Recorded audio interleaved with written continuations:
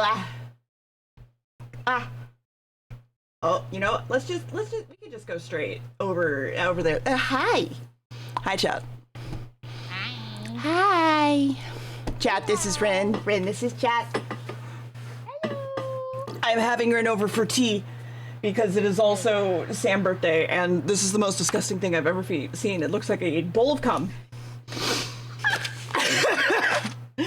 I'm not wrong. Don't call it that. God. What would you like me to call it then?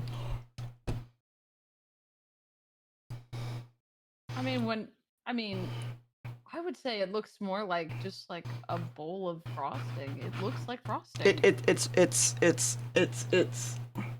jiggly. Yeah. Frosting is jiggly. That's more watery than that. So anyway, hi chat. Hi. Well, hi dears. Hi darlings. For my dog's cake, I just use peanut butter and like. That's fair. What was it? Peanut butter and sour cream. Buttercream? No, not buttercream. Maybe it was. Oh, yogurt. Oh. Yogurt and peanut butter, and that made a good frosting. Why? Yeah, I can turn them on. Give me a second. Hi. Okay, sorry. I got shot in the face a little bit. Hold on. Sorry. That deterred your butt. Why? Let me fucking talk. You stupid sluts! I swear to fuck. It's so nice when it's happening to other people and not me. Right? Stop! Really?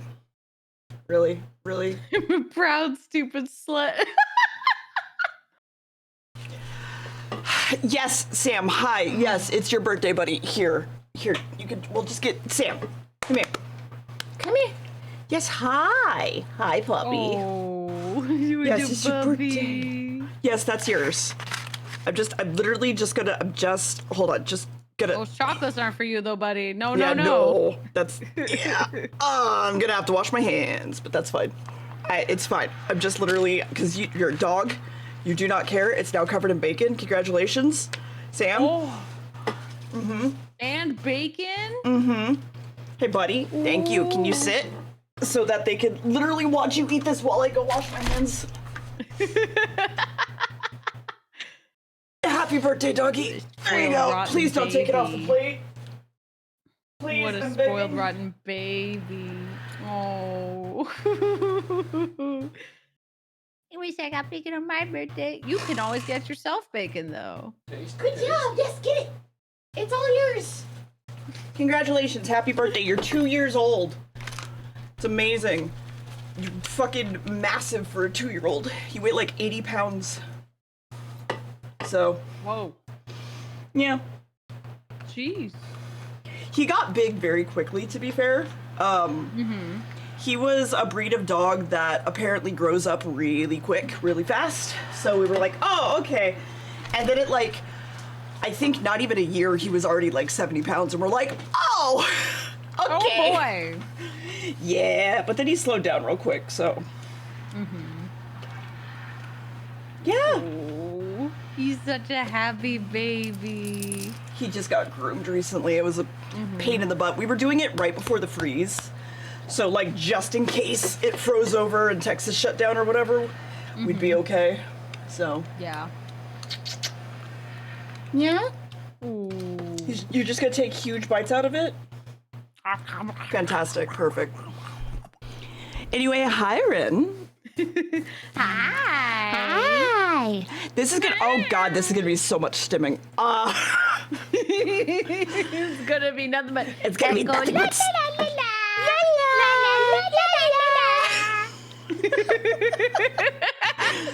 Fuck. Hi, Anna. Hi, dear. Hi, darling. Lime, could we shout out Renn, please, and pin it? That'd be lovely. Guys, if you don't know Renn, I have known Renn for a year, 2 years almost, I think, at this point. We only recently started actually hanging out after we yapped about design stuff, and Rid is my favorite doggo. So, aside from this doggo, but yes. And I just hear him go, "Arr." That was Max, my husband. He was just like, wow. This is my favorite doggo, and then I hear, "Arr." Okay, except for this one. At least come up here where people can see you eat it. Jesus. You're not getting dinner. You know this, right? Nom nom nom nom nom. He's usually This not. is just early dessert. He'll get dinner too. Yes, right? clearly. He's usually Yeah. You can't not. You'll starve the baby. He You'll might get carrot. maybe a half a cup of food. He goes on like 2.5 cups usually, so it's like not too bad. But then he also gets like treats usually for like training daily stuff. The icing, sir.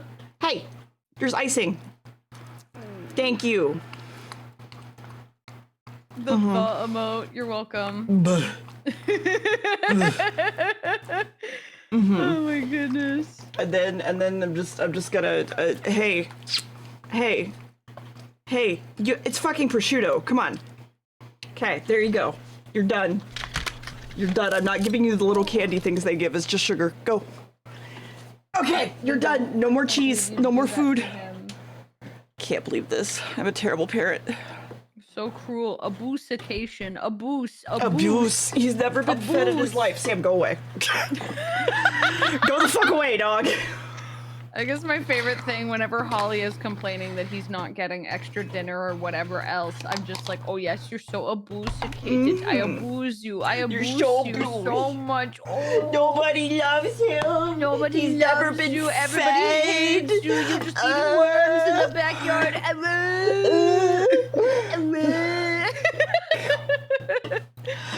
Oh my god. Holly is a quichon, I believe? Caisson. Yeah.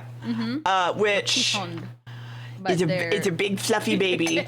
And is generally the dog that people recommend when I ask if like how people feel about Chow Chows.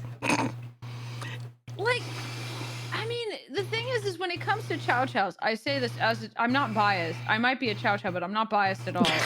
Chow Chows. I'm so mad about that. I'm totally a Chow Chow. Believe me. That's why my tongue is blue. Stop asking questions. I didn't know you had that in your lore for so long, and Chows are my favorite fucking dog, and I've got so mad when I found out. Well, it's like Chow Chows, like any other dog, they're really big defense dogs. Like they're a guardian breed. They're not standoffish. Like, yeah, because they're a guardian breed. That's their job. They're bred to do that. It's like being mad at a Great Pyrenees for being standoffish and like potentially and like physically strong and potentially dangerous. And I'm like, bro, you're yelling at an animal for having the personality it was made to have.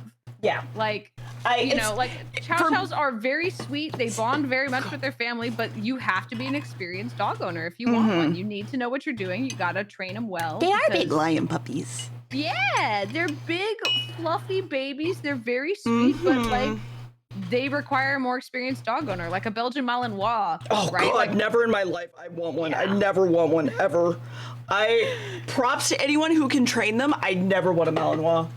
Yeah, one of my friends has a Malinois, but it's literally her like service dog, medical alert, and seeing eye dog. So like, that dog is constantly training, constantly tasking, and so she's happy. But like, it's because she's working. I also know that dog, and I'm like, if she didn't have all that work to do all the time, she would go insane. Oh, 100%. Oh my god.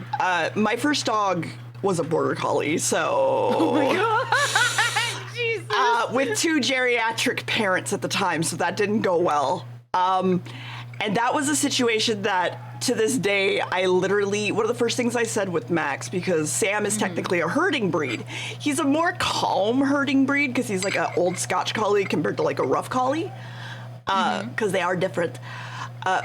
And he basically was like, you're not going to have like Chip again. Like, we're going to make sure that doesn't happen. Like, we're not going to do that to that dog. That dog was licking walls to entertain itself. Like, licking the drywall off of the wall. I felt so bad. Border Collies take so much, and like I love that really dog. do. I train that dog very well, and then it just downhill. Yeah, no, I mean, I specifically, I did a lot of hunting through different dog breeds and like checking over information about dog breeds before I got the dog that I got, which was Holly, because I wanted to make sure I got a dog that was like, okay, even at my most busy, am I going to be able to entertain this dog, Yeah. or at the very least afford to pay someone to walk him for me, which luckily I can, because with my leg injury and Yeah. Bones' job, like I can't walk Holly right now, and Yeah. he desperately needs it. So he's getting walks. Like I'm even gonna contact the person who is walking him and to ask if they can come like 2 more times a week. Yeah. Because this dog, Baby. like he's actually pretty high energy for a key. Like he needs like at least an hour of intense high speed walking every single day. God. And I used to be able to do that for him, or I'd just take him to parks and let him sniff. But like, you know, I would like, I don't walk too fast, so I would just take him on long like strolls where like he gets breaks to sniff, so that he has to stay on task at a heel, and then he has a mental break where he can take a sniff time. But like, you know, that worked really well for us for years. And then like I got my knee injury, I can't walk my dog, and I'm like, well, my wife is too busy, so we're time to get a dog walker. And like there was a period of time where I was really busy and I wasn't able to walk him too much because I was so sickly and couldn't sleep all the time, you know, the classic VTuber stuff. And like he got overweight, and he had so many attitude problems just because he was so bored. And I talked to people, I'm like, you know, like think about how miserable you were locked in your house during COVID and how quickly you went insane. You have access to a computer and the internet and TV. All a dog has is you. Yep. And Holly is not a dog who plays with his own toys. Like he is too smart. No. He is too smart. He doesn't like really playing with toys. He doesn't like playing with his brother. So like what I sometimes do is I give him puzzle toys, or I give him like puzzles in general. Yeah. But he's so smart. Once he figures them out once. Oh yeah, it doesn't matter. If I give it to him a year later, he will remember how to solve it and solve it in like 10 seconds. I've gotten to the point that like full of dog puzzles at one point in time, and eventually I just gave them all to a friend of mine. Well, I gave her all the easy puzzles and threw away the hard ones because her dog is admittedly very stupid, and she was like, "You won't be able to solve these. Give me the baby puzzle." Amazing. Like, okay. Sam has one puzzle that he's still yet to figure out, and it has to do with like pulling a thing out so like a piece can slide in it, and he hasn't fully figured that part out yet, so he just gets angry and rips them off, which I mean, he's solving it. I'm not gonna complain, but it's like, buddy, there's so much easier ways to do this. Yeah, so what I found with Holly is when I put really good treats in there, he would get overexcited and then get angry when he couldn't get to them, and he would just throw temper tantrums. Like he would actually just come over to me and throw the thing at me and be like, "Give me the shit out of me! I want my food! What are you doing?" But like, there's other things that he loves. Like he loves apples, he loves carrots, he loves fruit, he loves bananas. So like, I figured out that while he really likes those don't get him like frantically excited. Is it so fish? I started putting those in his puzzles. Is it fish that gets him frantically excited? Okay, well, it's fish, it's peanut butter, it's like any sort of normal dog treat. Like he has a lot of food allergies, so he really can only have like fish, peanut butter, cheese, like those things for like the really good treats. But like he loves apple, he loves strawberry, like all the fruits that are safe for dogs, he likes. Like he really likes them, but he doesn't get like about them. So I'll just put those in his stuff. It makes them harder to clean though. That's the only problem. Sam's only big. Put those in there. Sam's only big human foods are like bacon and blueberries. That's about it. He used to eat a lot more as a puppy because I was like, okay, you're gonna try this, you're gonna try this, and you're gonna like, I'm gonna see how you react to it, so that I know if you like this thing or not. 9 times out of 10, he'd eat it once as a puppy, and now he won't touch it. He doesn't even like Greek yogurt, and I'm like, what is wrong with you? Every dog loves Greek yogurt. Every dog. Yeah, I mean that's what I made Holly's birthday cake frosting from, was Greek yogurt and peanut butter. And he loved it. He loved that cake. This one doesn't do peanut butter. I don't know why. Yeah. Does he like pumpkin? Pumpkin puree is usually really good. Not in particular. Holly goes, like, that's one, weirdly enough, pumpkin puree is something Holly goes frantic for. I know. Like, it's good that he kind of really likes it, because when he was on a diet and he would literally throw temper tantrums about not getting more food, we would just give him pumpkin to a degree, because like past a certain point it will give them tummy trouble. Yeah, but, like, it will also make them shit their pants. It's very. Yeah, it's a whole firm thing. up their poops when you need it to firm, but if you give them too much, they start shitting everywhere. So we would give him pumpkin, and now he just like will demand pumpkin at times when he's feeling particularly like hungry. Sassy. He'll be like, please, I'm starving, I'm wasting away. And I'm like, no, you're not. The vet Clearly. told me that this is a healthy weight for you. You're fine. And he's like, but I'm dying. And I'm like, okay, you can have I've two never spoonfuls eaten of in my pumpkin. life. You've please. never fed me. Oh my God. Does Sam... So Sam's a pretty smart dog. Does he ever do... Let's clarify. He is the smartest dumbass I know. Go on. Yeah, same. But does he ever lie to you when your partner feeds him and go to you like he hasn't been fed? No, but he has lied about other things. So because Holly loves doing that. Like I will, like, if I come home late and like Bones has fed him, he'll be like, Father, I'm starving. Like he'll be so excited to see me, and then he'll stand by his food bowl and be like, okay, dinner time. Yeah. And I'm like, did you feed him? And she's like, yes, I did. And I look at Holly and go, I know you got fed. And he's like, you're a fucking liar, you little shit. No, I didn't get fed. No. Like, he doesn't understand that we can communicate with each other.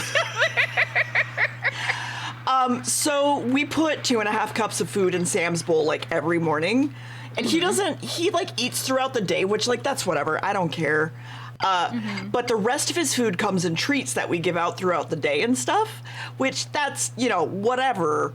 But he doesn't really lie so much about that. He more so lies about, like, I've never been played with and I've never been outside and no one's ever taken me to go pee. And it's totally not because there's a really nice stick out there that I want to eat. I promise. Yeah, I had to warn the dog walker. Anytime someone else walks Holly, I have to warn them. He will lie and tell you, he will act like he needs to pee in order to sneak something out of a bush. Like his old dog walker.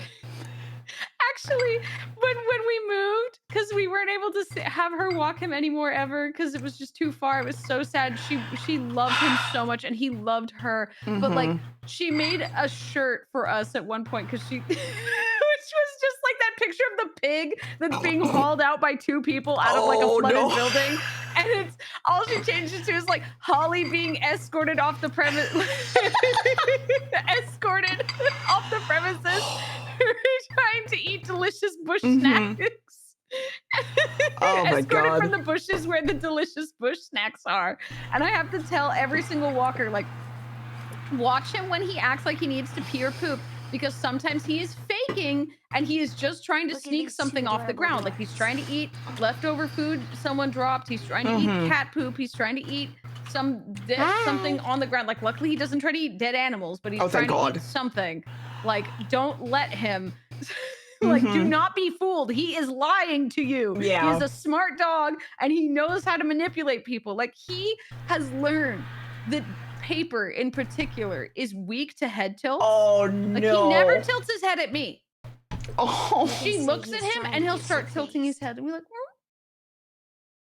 he is trying to get shit-faced, back and forth, back and forth. And she's like, no, don't, stop. And I'm like, don't look at him. Don't react. He knows that you're weak. He knows. You can't just do that. Or my parents will be like, why does Holly never listen to me when I tell him to do stuff? And I'm like, well, because he knows that you're weak and he doesn't have to listen to you because nothing's going to happen. If I tell him to sit and I see him get up, he knows I will pick him up. I will put him back exactly where I told him to accountability, sit. I will 100%. make him sit again. And I will just repeatedly do that until he holds still until I tell him he's free. Like, I will just move him back to the exact spot over and over and over. I will out-stubborn you. Accountability is the biggest thing that most people who train dogs, I say train dogs, most people that own dogs and try to train their own dogs don't think about. And it's like, no, you need to do this every time if they don't listen to you, because as soon as they start getting away with stuff, Like it's not doable. It's also like, think about it this way from the dog's perspective. If you're inconsistent about enforcing a rule, it's not fair when you get mad if they don't follow it, because they're like, what the hell? It was fine last time. Why are you suddenly upset with me? What the hell is this? What did I do wrong? This isn't fair. Oh, Sam loves his vet. That's not a threat. That's not a threat, Wayne. Sam loves his vet, unironically. Because everyone there, I took him there frequently as a puppy. It was just like, come pet my dog. And they did frequently. So now he just associates the vet with like love and treats. And it's great. Oh. See, Holly loved the vet until they took his balls. And then he became permanently afraid of the vet. That was my cat. Yeah.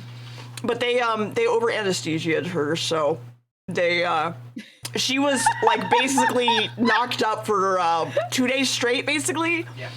She's on the worst trip of her life. But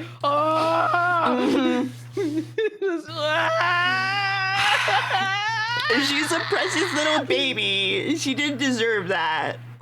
But yeah, she fears going to the vet now. Her personality like completely changed from that, and it was just like, oh, y'all clearly fucked up my cat. Poor baby. Oh wait, why are my eyes? There we go.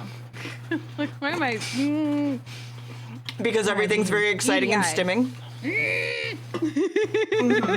Which let me just grab this. Hold on. Let me just grab that. What's this? Don't flash your. This is so fucked up. You know, that's like the one. That's the one Cloud No Icy Slime I wanted that I couldn't get my hands on. This is fucked up. This is bullying. This is bullying. This is bullying. I hate it here.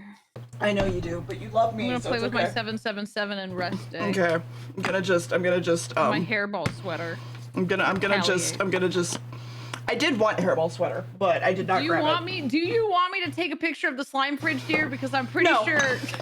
No, it's fine. In this battle, I will win. No, I know you will. I've downgraded at this point. Dude, I'm looking at my slime fridge. I'm actually running out of space in the fridge. Like it's like a 4.4 cubic fridge. Yeah, like a little soda fridge. Feet. No, it's big. Or maybe I think it might be 6 or 7 cubic feet then. It's pretty big. It's a pretty big fridge and it's almost completely full, and I've stacked shit so much in there, and it's like it's hitting maximum capacity. Yeah. And I'm like, uh-oh. Oh no. This Bone said I can have as many slimes as I want as long as I fit them in the fridge, and now I don't have room for my soda anymore. Well, I mean, you could cycle out some old ones for some new ones. I'm just saying. But I've maintained some of my old ones are over a year old and they still are fresh. Oh yeah, no. I take such good care of my slimes. And I love them all. Like, I don't want to get rid of any of them. Okay, well maybe like 2 of them I could give up. Fucking like, do you want to know what I do? I've literally been giving for like the year. I've been giving slimes. I'm like, I don't really like this one as much as I thought I did. Here, Paper, you have it. And so now she has a bunch of slimes in her fridge that are for me. I mean, at WeebCon, I literally just walked around and gave people slime, and VTubers I met, I gave slime, and I was like, here you go. There you go. This one smells like Joel. There you go. Oh my god, that would be such a cute thing to do for Offkai, is if I figure out all of who's going to Offkai, and then I could do a stream, like, imagine doing a stream where you make slimes of, like, themed after all your friends, and then you give them to them at a con. I've done that, but I didn't give it to them at a con, I gave it to them in person. Well, yeah, like, in person at a con. I know, but I'm saying it wasn't at a con. It was just like, Anna, come over. Here we go. Oh. We made mashed potatoes now because the chat loves mashed potatoes and chicken nuggies. So I'm gonna write this down. Make themed slimes for friends. Yep. The one that I made Joel. I really want to learn how to make slimes, like actually make them, because like. I might have a PDF for you. The chemistry is so cool. I might have a PDF for you. You literally can just buy activator by the gallon. Oh no, I know about the activator, but it's more like what people mix in. Like I've seen people use shaving cream, like there's the instant snow, it's the ratios of glycerin to glue, the type of glue. and Yeah, I have the amount of PDFs for you. borax and everything else. And I'm like, I just want to do, my wet lab loving brain wants to just do some mad science experiments. Yeah, I definitely have some PDFs that I can give you. That's literally like, Oh, this is how you make yes. this. And I'm like, cool, thanks. Yes. And like the air dry clay, like I want to see about different types of clay. Like I wonder what happens if you mix non-air dry clay into slime. So chat, you remember I was making a clay chathy, right? And this is him beheaded now, and I'm sorry. Oh my god! This is going to be the new one, and he's like actually like laying on his side now, and he actually has like a curly tail and stuff. But yeah, this one got beheaded so that I could make sure it fit. So yeah, that's a plan. I have so many hand cam projects this year. Oh my god. I'm gonna have to talk to you about setting up a hand cam and making it look nice. Go for it. I would love to do it. Like I need to do it. I have to build some Gundams. I promised I would. Oh, but I just... where's mine? Hold on. Where's mine? I promised to build, and yes, of course it's this. This. Sounds like you're very handy. Oh my god. I have to look over at the other screen because the other one, the preview is pretty small. It's Nier Automata. That's all you need to know. Oh Jesus Christ! It's an entire kit. It's Nier Automata. That's god. It. Yeah, that's a whole thing.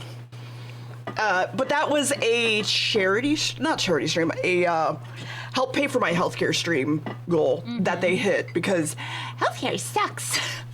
Yeah. Yeah, I can't wait to pay $3,000 to $4,000 this month. Yay! Yay! Yeah, no, I was talking to the doctor I saw about my knee, the second opinion I got, like the actual decent doctor, the one who helped, the same doctor who helped my mom with her knee, where she also had a knee problem, and they just kept telling her, go to PT, go to PT. Oh no. She had a bone shard floating around in her kneecap. Yeah. So lo and behold, PT didn't work. And this is the only doctor who was like, what the hell are they telling you to go to PT for? Why didn't they give you an MRI? Yeah. And then was like, you have a shard of bone in your knee. Took it out. All of a sudden the problems went away. Amazing. My husband saw him. Yeah. And he was just like, okay, how, like, do you want to try and do the MRI through your insurance? And I looked at him and was like, I have been waiting 6 months just to be able to see you. If it will delay me getting this MRI, no. Yeah. I will pay for this out of pocket. I don't care. Like at that point, I know it's going to be expensive, but at this point, I am not willing to just wait longer for them to continue to tell me no. Like absolutely not. I mean, I've talked about this before that like I've been told that my heart failure was a 3-month-long panic attack. So, you know, because those exist, 3-month-long panic attacks, you know, and they're not like in the moment when something's happening and then you could calm down a little bit after. Or at least the next day, you know. I don't know, man. It was great talking to this guy because he really was just like, I don't know why they're so reticent to do the MRI. It's not like they make money by charging you for the MRI. Like, why won't they just give you the frickin' MRI? Like, I don't know. Make sense. It also becomes this whole thing of like, I'm paying for my insurance to do this thing. Just let me do the damn thing. I don't understand why you're saying no. You are literally still making money off me by doing this. Yeah. But no, fuck that. Get denied. Whatever. Man, I love the Mario and Luigi movie. Love the Mario Brothers. It's so frustrating, like, because like there are so many doctors I've had who were absolutely amazing and saved my life and like made my life so much better. And like, literally, I would not be alive if not for them and the interventions they did for my health. stroke like, was a tickle. Fucking God. You know, and like, I'm just like, thank God for these doctors. And then the rest of the time, I'm like, why are you even a doctor? Yeah, I don't. Why are you in this profession? You clearly don't care about patients. But they don't. Like, here's the thing. Here's a fun fact. They don't even get paid that much. Yeah, I know. Like, but what?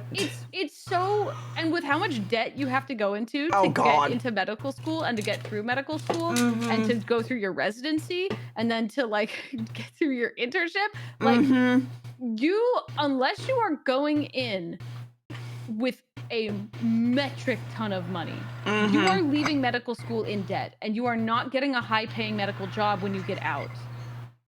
Like the entire, like I feel so bad for so many people who go into medicine. Like there's a reason why I quit. Doctor, you And like got I shot quit. in your I use quit as out a of that call system me. because it was crushing my soul. And Yeah. I knew by the time, like I could have made it. I was like, I know I can make it to the end of this, but if I do, if I go through medical school, my soul is going to be crushed, and I'm not going to want, like, I'm not going to want to be a doctor. I'm not going to want to like help people. I'm not going to want to live anymore. Like this entire system is just designed to break the people trying to use it, like the patients and the doctors. Everything about it is designed to break you. Like with one surgeon I had at one point, like he fought for like 6 months to get my procedure covered by insurance. And I think my favorite thing that he said is he was like, he lost his temper one time. He's like, these fucking idiots. I'm the fucking doctor. I'm your doctor. I know what you need. I've seen you. They haven't even looked at you. They have no fucking clue what you need to get better. And I was like, thank you. I've literally had a call for my insurance because they do like this yearly check-in and they're like, we'll give you $100 if you do it. I'm like, I'm good. This is the same insurance that I get bonus points that I can collect things at the end of the year if I go and get like flu shots. And I bought a Chromebook that way through the Redeem system. Yeah, health bonus reward points. It's so fun. But Sam, no, you're not allowed to eat cheese. Stop. Sam, sit down. Down. I mean, like, I think what's funniest to me is like the insurance companies that are literally paying to fly people out to Mexico to get procedures it's cheaper. and medications because it's literally cheaper. By the way, they did this. Oh yeah, no, it's their fault. It's so expensive. Like they will. It is cheaper to pay for the procedure in Mexico and pay for the travel of the person to and from Mexico than it is to get it done in the US. And I'm just sitting here going, this is literally your own fault. You are the reason the prices are so high. I was gonna say that you set the prices, bro. Like, who are you even complaining you're about? the one that can literally lower them. You decide how much it costs. Yeah. I was gonna say that insurance basically calls me once a year, or like they did for a while. I realized I could opt out of it, and I started. I was like, blah blah blah. What's your weight? Like 170, and they're like, ma'am, you need to lose weight. I'm like, I just got out of the fucking hospital. I have heart failure. Yes, I fucking know that. Thank you. And they're like, oh, I didn't know you have heart failure. And I'm like, ma'am, I would love to go to the gym. I would love to go jogging. I would love to go do all these things. I just got out of the fucking hospital. Fuck off. Yeah, it's my favorite thing when like a doctor's like, oh, you could probably lose a little bit of weight for your health. And I'm over here like, you know how I would love to do that? I would love to just sit on a pedal bike. My leg doesn't or treadmill. work. Or treadmill my even. leg doesn't work. How exactly do you expect me? My leg doesn't work. Sit-ups. Wait, no, you need your leg doesn't work. Just pull-ups. Only pull-ups, never drop off the bar. There you go. Jump rope on one foot. I'll get working on being so shredded in my upper body that I can do pull-ups no problem without having my legs touch anything ever. Yeah, there you go. And then just play the floor is lava forever. There you go. Yeah, just literally install monkey bars across my entire ceiling and just swing across my entire house. Yeah. Like it's my favorite thing where like they're like, oh well, you know how like I would go to PT and they're like, how's your knee? And I literally was like, dude, last night I was fine all day. Last night I was laying in bed. I rolled over. I didn't even bend my leg. And something shifted and clicked so loud. It was like an audible like that loud. And I have a very high pain tolerance. Oh yeah, same. And I almost screamed. I didn't because it was 5 a.m. and I didn't want to wake up Bones. But I was in so much agony. I literally was crying and almost screaming. I was in so much pain for like a solid 10 minutes. And they just went, well, does it hurt now? And I went, technically no, but that's not the point. A little bit still, yes. And they're like, well, that's weird. Normally when things shift, it should feel good. And I'm like, yeah, I know. And they went, well, I guess just take it easy for a couple days. And I was like, oh my God. Okay. More easy than just laying in bed? All right, sure. Yeah, I tried to talk to the doctor, like, look, we need to do something because I can't walk my dog. I can't walk around my own house. You can't function, yeah. I can't work because I can't even sit at my, like back when this was really bad, you know, when I literally set up an air mattress setup in front of my desk because I couldn't sit. for a couple hours, even like 1 or 2 hours a day. Yeah, you became mousy. With me being in excruciating pain. I had to be laying down at all times. And I was over there being like, I know how the human body works. It doesn't matter if I start starving myself. I'm not going to lose weight. Like, because I'm over here being like, okay, what are the practical solutions I can do to make this better ASAP? Lose as much weight as possible to take as much pressure off the joint as possible, even though I'm not that heavy. Like, if I lose a lot of weight, even if it's muscle, that will actually be good because I need less pressure on this joint. Also, like, decreasing amount of like doing whatever I can to like get my blood pressure higher. So like, because I need blood to flow through the leg, it's not flowing. And like massaging the leg, compression socks, all this stuff, anti-inflammatories, but I can't take too many of those because if you take things like NSAIDs, like ibuprofen, Aleve, or anything like that for too long, you can cause ulcers or perforations in your intestinal tract, and then you will be bleeding internally and you will need to go to the emergency room. So like, because that was the other thing. They were like, oh, just take this. And I went, I can't take this every day for months on end. Yeah. And like, this is not going away. Like, this is not a solution. I have like a You're deep putting a wound Band-Aid on my arm, it, and you're like, just put some pressure on it. And I'm like, do we want to stitch it? Yeah. Or perhaps bandage it? God. They're like, no, it's fine. It'll probably stop. Man, it's... Oh my God. So the last tattoo I got in the realm of it didn't get infected, to clarify first. We're good. In the realm of like tattoos, because he was not a medical professional, clearly, but he was he gave me even worse than my doctors had ever given me medically, and it was insane to me. I basically got like a thing on my shoulder, and I clarified like, hey, I'm gonna bleed a lot. I'll be fine. Like, it's just a medical thing. I'm gonna bleed a lot. He's like, oh, okay. And we get through the tattoo. I'm literally like falling asleep at this point because like it's very zen for me to get tattoos, and then also like a high pain tolerance. And blood loss. And blood loss, yeah. It's really not. It's like manageable blood loss. It's like not even that bad to me. But then I'm just sitting there, and then I'm like, okay, cool. And he puts cellophane over my arm. He's like, cool, take that off in a few hours. And I'm like, huh? I was like, okay. So I just kind of trusted him to like do whatever because I was like, fine. And he puts it on with masking tape. No. I'm not done.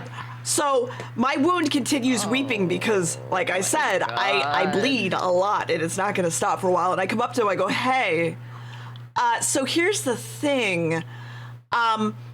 I'm going to keep bleeding because that's what I do. Can I have a new bandage? He's like, no, it'll stop soon. I'm like, no, it won't. I know it won't. And he's like, well, I mean, I could give you a new bandage as the current one is like peeling off my body because the masking tape isn't sticking to wet skin. And he just puts the same thing back on. And I'm like, can I have a fucking bandage? And the second time I ask, he says, I don't remember what he said, but basically, no, I didn't get one, and I had to go to a CVS to get one. And I love that everybody I tell about my human body is just like, no, you're wrong. It's so fun. Not even just medical professionals. Christ. It's so fun. Jesus Christ. Fun. Like, I mean, it's my favorite thing, like having a medical background. I'm not overconfident in my knowledge or my abilities. I'm always like, look, I'm not a fully trained medical professional. Yeah, just a but medical I know professional enough opinion, to know when you are full of shit. Yeah, 100%, like, like being hit with the I was like, I would like an MRI, and they went, oh no, you don't need an MRI, and I was like, why? And they went, well, you see, X-rays are for joints, MRIs are for soft tissue, and I sat there and I was like, what the hell do you think is in a joint? Yeah, I don't know. Do you think it's just bone on bone? Are you stupid? Like, I was just like, okay, well, fine, because like I don't want to be an asshole. I don't want to be rude, but like I really, really wish I had just done the thing that you're supposed to do and be like, okay, can I have that noted in my chart that I requested one though? Because I really think I should have one. I disagree about the X-ray, and I didn't do it. But like, would you please write down in my file that you refused to offer me this treatment when I requested it and asked for it myself? Yes. I mean, like, because the thing is, it's like, I don't want to establish a bad relationship with a doctor because then they're going to be even more of an issue when I need things later down the line. They're going to fight me even harder. Yeah. But at the same time, I'm like, bruh, like, please, I don't want to fight you. Can we please just, like, get along? I don't want to have to be a bitch, but, like, there's been so many times where I've had to be, like, a bitch on someone else's behalf. Like, I've gone in with friends of mine for, like, medical appointments and literally just, like, lectured the doctor and been like, no, I disagree. I think she needs this. I think they need X, Y, or Z. And they're like, well, I don't think so. And I'm like, well, you don't know. Clearly. So we should test so that we know, because this could be fatal. I don't, like, if it's not, that's good. But how do you figure out if this is a serious case or not? You check. And also, given the history, if you listened to the history we provided, you would understand that this is not a temporary issue. This is not an acute problem. It is systemic.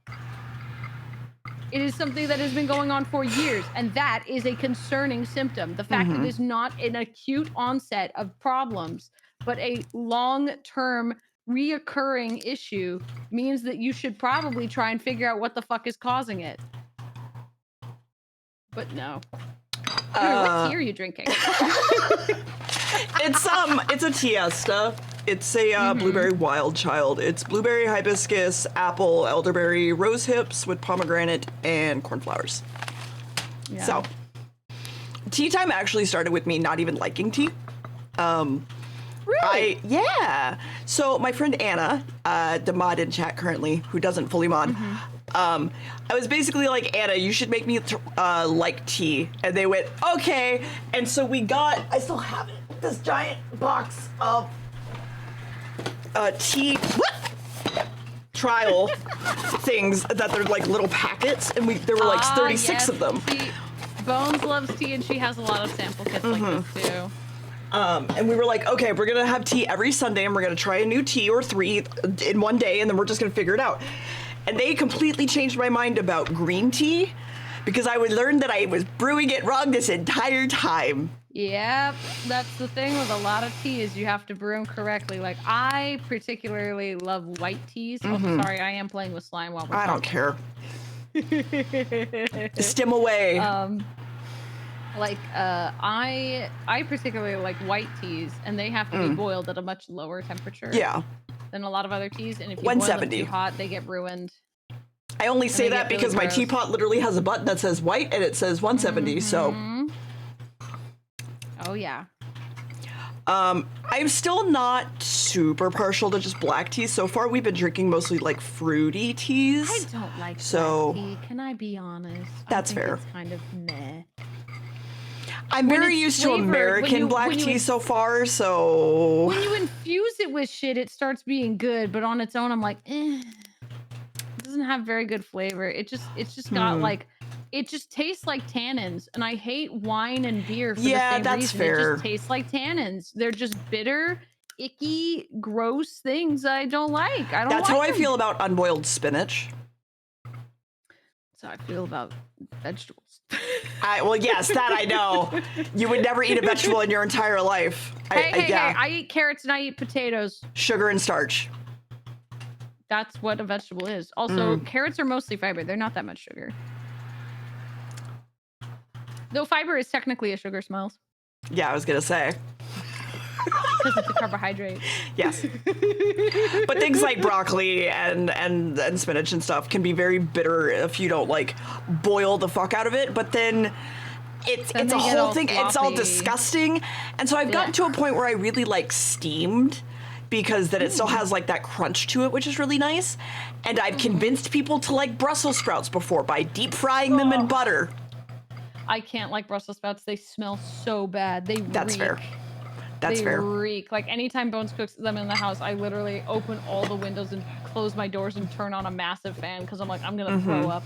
The smell is so upsetting to me. I don't know. My parents always were a big proponent of you have to eat everything on your plate and you have to try everything at least once, right? And when I was very, very young, they would not allow me to have basically what they called the white food. So they basically didn't allow me to have a whole lot of sugar, a whole lot of salt, or a whole lot of white bread. fillers basically. So I wasn't allowed candy, stuff like that. It got to a point where I was a child that I would steal like broccoli and spinach off my mother's plate to eat it because I was like, I want that. That's so delicious. Thank you. So I'm that person that has tried most things. I mean, there's still a few vegetables that I can't do. I can't do like gourds mostly. Squash I have trouble with a little bit. I'm not a big squash fan, so a maple oolong. Oh, that sounds nice. A maple oolong that I adore. I need to find a white tea that I like. That sounds delicious. Oolong. Oolong is pretty good, but I think one of my favorite darker teas is just Thai tea, and Rubios. Like I know Rubios is technically not really a tea, but like, yeah. Rubios is so. I'm just gonna call it Ruby Boost for the rest of my life. Thank you. That's what I thought it always was, and it's just Rubus. It's fine. It's fine. It's fine. Don't worry about it. It's fine. It's like a Fruit Loop. Ruby Boosie. Yeah, exactly. Oh, here's a question for you, Renn. What is the most fuckable monster in Monster Hunter?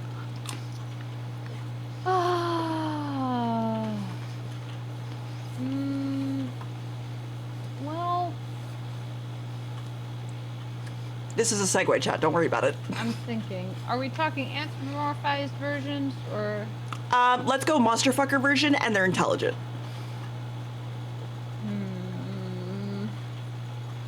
And then yeah, we can get into anthropomorphized. Sure. Probably Mizutsune in both cases. That's like, fair. She is a slippery bitch. Oh, well, fun fact about Mizutsune. All the Mizutsunes you fight are male. Well, yeah, that too. They're all that bright and colorful because it's mating season. They're all like just like Black Diablos. All are female who are in heat. All Mizutsunes are males in a rut, and that's why they're causing problems, like Boar. But I think one that most people don't know is that Nargacugas are female. The ones we fight. Yes. Which is why there was that comic going around for a long while that it was like, it's the saddest comic in the fucking world, where it's like this mother Narakuga taking care of a puppy, and she's like, I'll be back, and then it just, she never comes back, basically. And it's just a little sad Narakuga. It's the saddest thing. Same. Why did you do this? Because I need the armor. Mom goes for smokes. I mean, Chathew's mom went for smokes. Well, it's fine. He didn't. She'll be back. Yeah, she'll be fine. She'll be fine. He's called her on occasion. It's fine. She doesn't answer, but he calls. They talk sometimes, maybe. I don't know. It's so depressing. Hold on. Oh let me send you a photo, because this is literally the most. If you don't know any lore of my chat, then this is the most what the fuck picture. Let me find it. Holy shit. Chat, you've seen this a million times before, so I'm just gonna send it to Renn. Oh my god, Discord sent. There you go. And that's what matters. Yeah. There you go.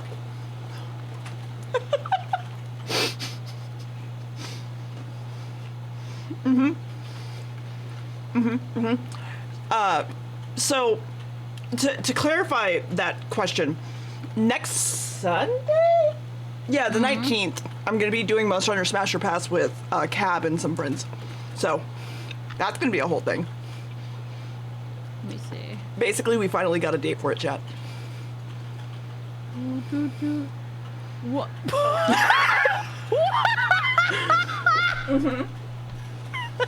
Oh, to clarify, there's also Is that his mom in the road? Yes, she has the little flower hat and everything, by the way. Oh my god. And she literally, like, I have multiple images of her dead for whatever reason. Oh my god. Because I've had to draw them for photos. Oh my god. Poor mama. The lore. Few. Yeah, she's fine. I don't know. If that's She'll be true. fine. She'll be fine. She just went out for some milk. It'll be fine. She'll come back. Let me just go over there, buddy. Go over there. So anyway. Oh. buddy. It's okay. Oh, You'll be okay. That's so sad. She'll get better. I believe she will. Yeah, she'll get buddy, better. She Yeah. will. Yeah. Yeah. Mm-hmm. She's Definitely. yeah. She'll be fine.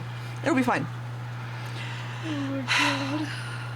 Man, I need to come up with more VTuber lore. Genuinely, I'm at a point where I'm just like, I have no ideas. I direct people to an SCP page, and that's about as far as it goes because that's all I got. See, I have most of my ideas pretty finalized. I just lack the ability to write or draw, so I can't express them in any way functionally other than just yapping them at people. But I am happy to be yapped at. That's the thing. Most people are happy to be yapped at. It's secret. It's secret. I want to actually present it in some way that's like nice and like. Okay, so here's the plan. You make stick puppets, like the little popsicle stick, and you draw like a little thing, and you're just like, perfect. Oh my god. That was actually going to be the style of my first lore video. Fun fact. It was hand-drawn stick puppets, but it was still going to be like stick puppets that had like the full-on drawn bracket, or not a bracket, what's it called? The like tack or whatever that you can bend the back bits, and it like can make a leg move basically on paper dolls. It was gonna look like that. It was gonna have like a deer with the little like wiggly legs and everything, and then I just kind of looked at it with, this doesn't fit me at all. And so moved on. Yeah, no, I think I finally managed to settle on something for lore that feels correct, or like for things that like that fit the energy, you know, because like there's a lot of things where like you'll be like, oh, like you don't want to go too fantastical. I feel where it's like being Every overly VTuber's a dramatic. god at this point. Yeah, where I'm just like, because like my favorite thing is when I would tell people that I wanted to do Elder stuff, they're like, oh, you want to be Cthulhu, and I'm like, no, I just want to be like a Shaggoth or some kind of weird cryptid beast. Like I don't want to be Jesus.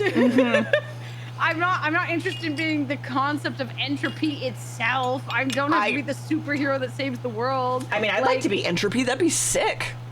Well. Hey, chat, I'm gonna go re-debut. Hold on, I'm gonna go re-debut. No, you can't. You're still, no! You haven't even finished 5.0, please! Fuck! God. No, but, you know, where it's like, there's a lot of what feels kind of like the toony, like, main character syndrome with a lot of VTuber lore sometimes, and then I'm like, I feel like if they don't start with it, they do become it eventually. Like a lot of VTubers that are like, I need a new outfit, so I need intense magical lore just to go with it. And it's like, I am the chosen one actually, and here's my outfit that debuts that. And I'm like, you could have just been like, I got a new outfit. Hey, you could also just do something cool, like maybe you're just a portal hopper or like a realm jumper, and that's why you suddenly change between different things. Is you're still the same person, you've just gone to a different. You're literally just isekaiing yourself. Anna, I need you to know that I was literally. That for their VTuber lord, that's crazy. No, not me. Smiles. I mean, isn't that what like Girl DM also does? Is she has like multiple versions of her? Probably. I mean, I don't know what Girl DM's lore is, actually. I don't know. I want to say, yeah, okay. Also, Anna, I was staring directly at the screen at you while Renn was saying that, so don't mind me. We're totally not calling anyone out. But, you know, like, she has different lore for each model. Like, yeah, like that you can also just do that, but I'm just here where I'm like, I kind of just like the concept. Like, you could literally just be like, oh, we got isekai'd into a new world. Oh, no. Here's what we're doing here. Smiles. We're never going back, but hey. It'd be so convenient if, like, you had a witchy wife who you could use to explain away how you're magically going to the world. Smiles. Hilariously, so Anna and me, lore-wise, are technically together, and they are also a witch that, yeah, the lore things that I can't say, but yes, I'm agreeing. Yes, I am agreeing. Hello. No, see, and it's also just like sometimes like Iron Mouse doesn't come up with new lore every single time. Oh yeah, no, you don't need it. I just have a new outfit and it's cool. Yeah, like I think she just dropped a cyberpunk outfit that has like a dragon tail among other things, and I'm just like, yeah, okay. Yeah, whatever. Still works. I don't care.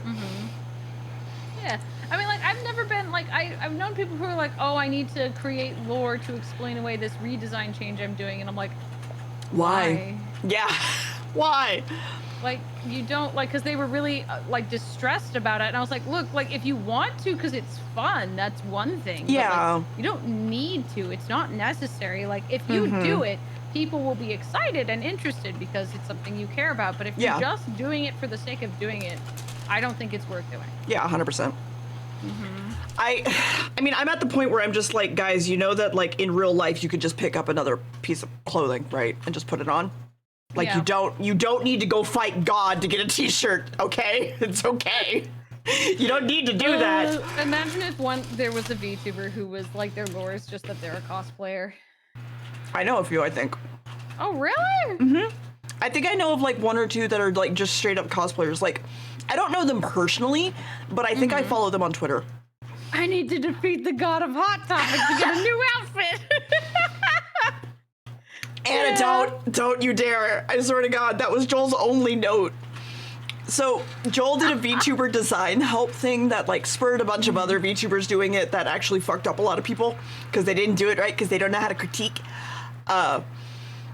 And his only note for me was like, dear, you look like you walked out of a Hot Topic. And I'm like, yeah, I know. And he's like, but you're a cryptid. I'm like, oh, wait, you're right. He's like, you don't need to look like you walked out of a Hot Topic. And I'm like, fuck. Okay, fine. Yeah, no. See, like, for me, when it comes to the VTuber design thingy, like, I actually want to do a thing where I'm gonna put out where I'm like, look, if you want me to say, like, you want me to review your design and say nice things, post here. But if you want me to, like teasingly bully you and roast your design, post here instead. Because I think that would be funny. Or just, like, for, you know, like, someone submits a design and I just go, too much green. Next. Yeah. Next, too much green. I mean, you were doing that somewhat with desks. Like, you're so... perfectly symmetrical. That's boring. Get out. You were doing that with desks. So, you know, fair. A deer walked out of a forest and crawled to a Hot Topic dumpster to get their clothes. You're not far off, to be fair. Yeah. Because technically, I came all the way from Canada, and Hot Topic was made in Canada. But, you know, that's fine. That's fine. Oh my god.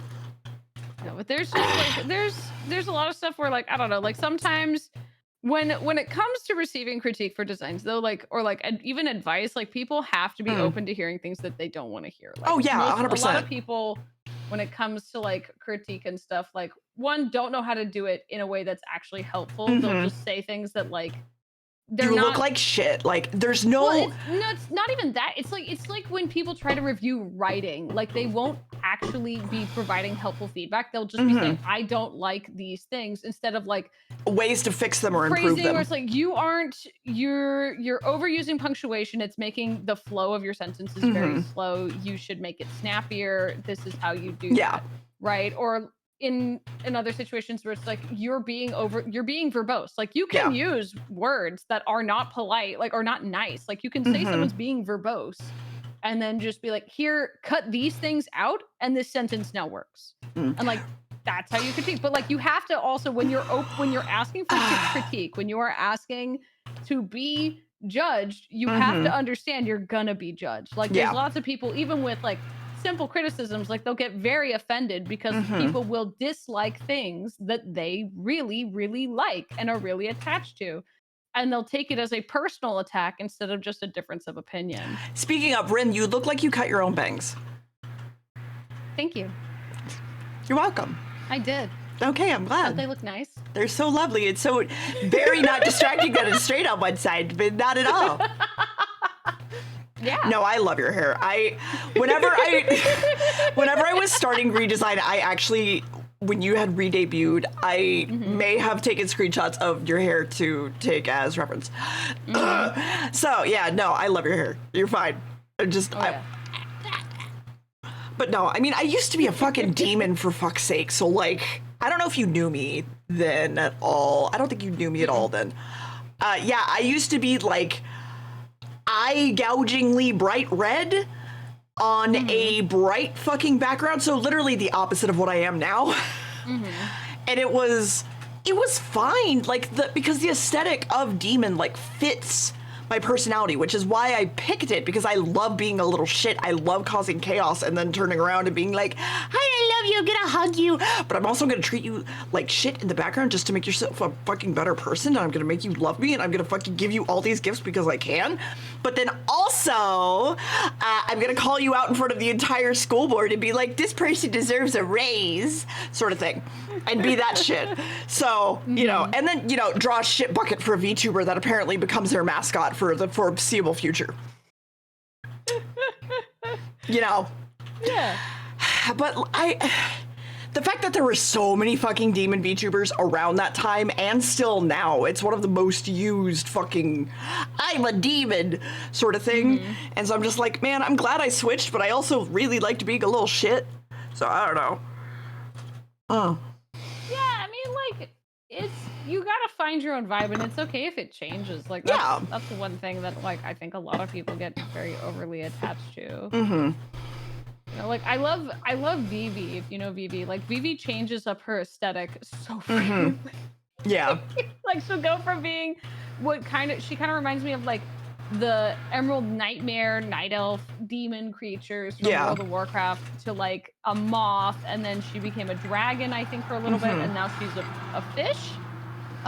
Like she changed back to the demon creature, and now I think it's a fish. I don't think she's a frog. I think she's like a fish or a mer person. And like every single time she redoes, like she comes up with a crazy new design, I'm always just like, it's beautiful. Yeah. Like I don't care what you look like, I'm still gonna spoot you. It's always Vivi. Like who she is in her content doesn't change. Yeah. It's just like the design changes, and the design is always nice. So I'm just sitting here like people happy, clap pretty colors. Yippee. I like when my friends are happy. Yippee, pretty colors. As I choke on a cracker, fuck. I like when my friends are happy, genuinely. So, I mean, because I don't know, I just like my friends being happy, and then I just like listening to my friends like yap about lore or whatever, and I'm just sitting there like, I'm people dumb, but I listen to you, hello. So, but I mean, I also will sit there and listen to someone's hyperfixation, not understand a single fucking word of it, but happily listen to that because that makes them happy. And so I'm just like, yes, I want to listen to you yap about this thing that I don't give a shit about. No, I want to listen, actually, actively. Actively, yes. Did I understand any of it? No. I don't care.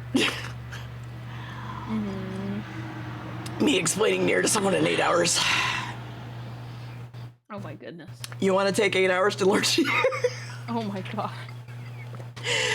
I think for now I'm good. No one ever takes but at a later offer. time, I will actually just genuinely let you yap about Nier because I know it's about robots and I love robots. One game is a rope. No, wait, 2 games are about robots. Never mind. I no longer want to know about it. It also has hot women. No. And boys that you'd want to make cry. Maybe. Okay. I was interested because I thought it was about robots, and oh my god, I have so many feelings about robots. Okay. Technically, yes, a lot of it is. Starting from Near Replicant Gestalt and 2.10, no, Replicant Gestalt and 2.104, the remake, because that's when they started making titles. Because that's when they started making the androids to help the world rebuild. So androids exist in that timeline and those other timelines over here, and then those androids come over here, and that's Nier Automata. Yeah.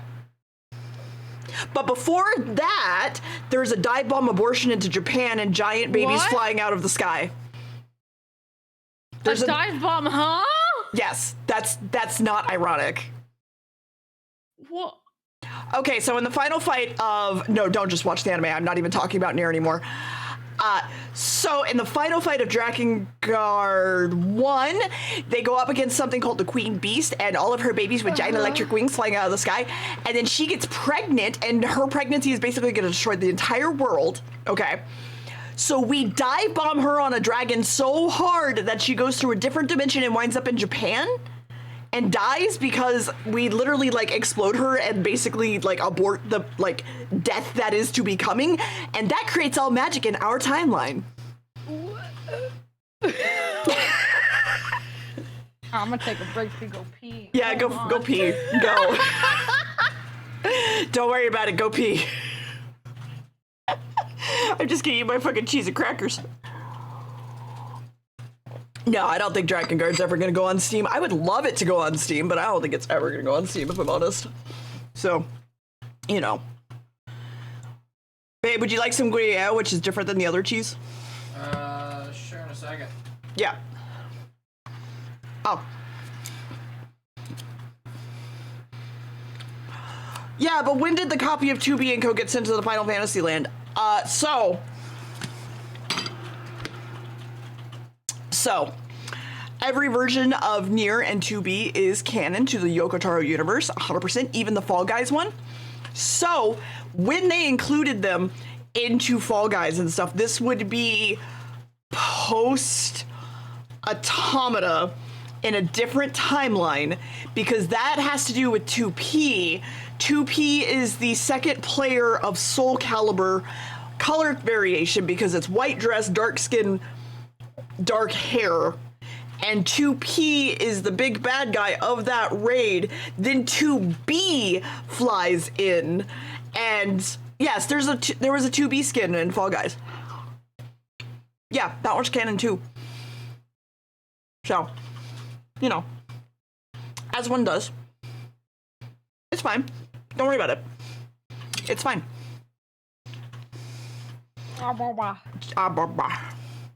Chat is very concerned because they learned 2B is canon in Fall Guys.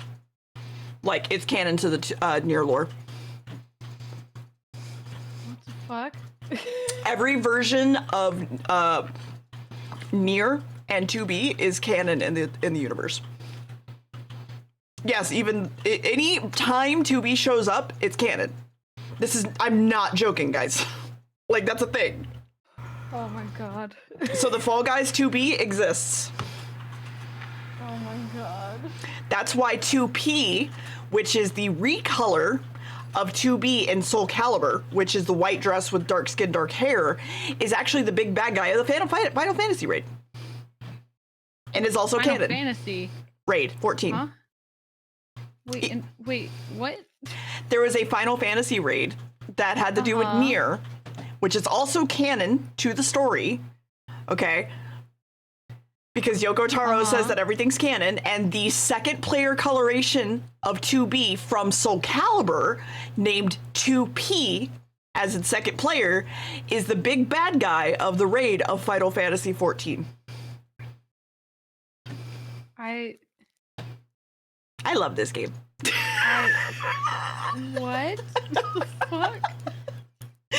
What the fuck? This same man, by the way, in one of his books, tried to write down a bomb recipe, by the way. What? That was to be used in the story. He tried to put the actual recipe in his book, and they were like, no, you can't do that. And then he also completely decided, because he didn't want to make a day-night cycle, that he completely changed the rotation of the Earth just so he didn't have to make a day-night cycle. Yeah. What kind of drugs is this motherfucker on, and may I have some? Loneliness, mostly.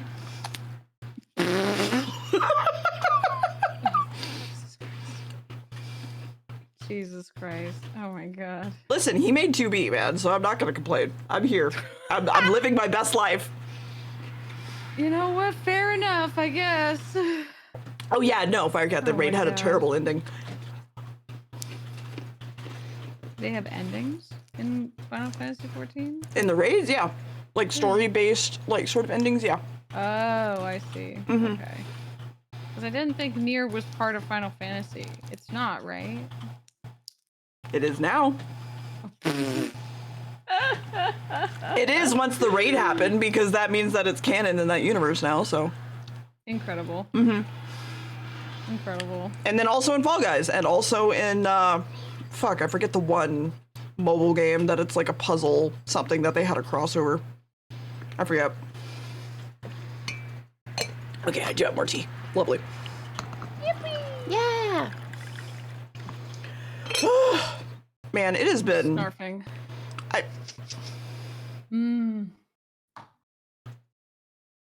love slimes. I have an addiction. Yeah, you do, and I hope you get better someday.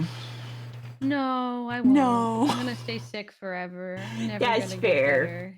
That's fair. I'm gonna continue to have a disease like this, and I'm gonna intentionally make myself worse.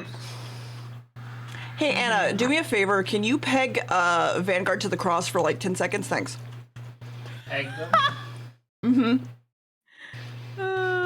To the cross, specifically. Thank you. Goodness gracious.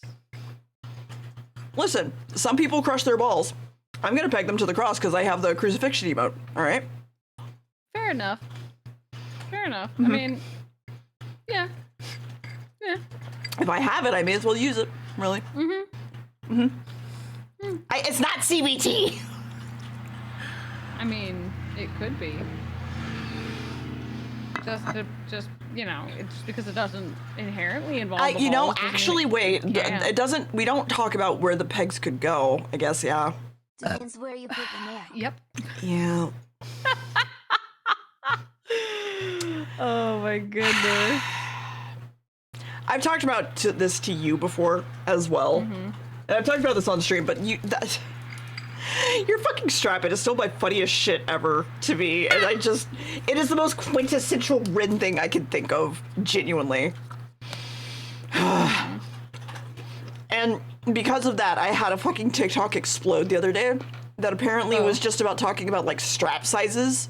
That we did the joking thing where we're like, there you go, that's like the microphone noise is my strap or whatever. Straight Renn inspiration. 100%. Well, you're welcome. Thank you. You're Always happy to do it. listen. You are the funniest motherfucker I know. Genuinely, like, unironically. I am but a simple dog. I don't care. You're my fucking Oshi, or one of them, technically.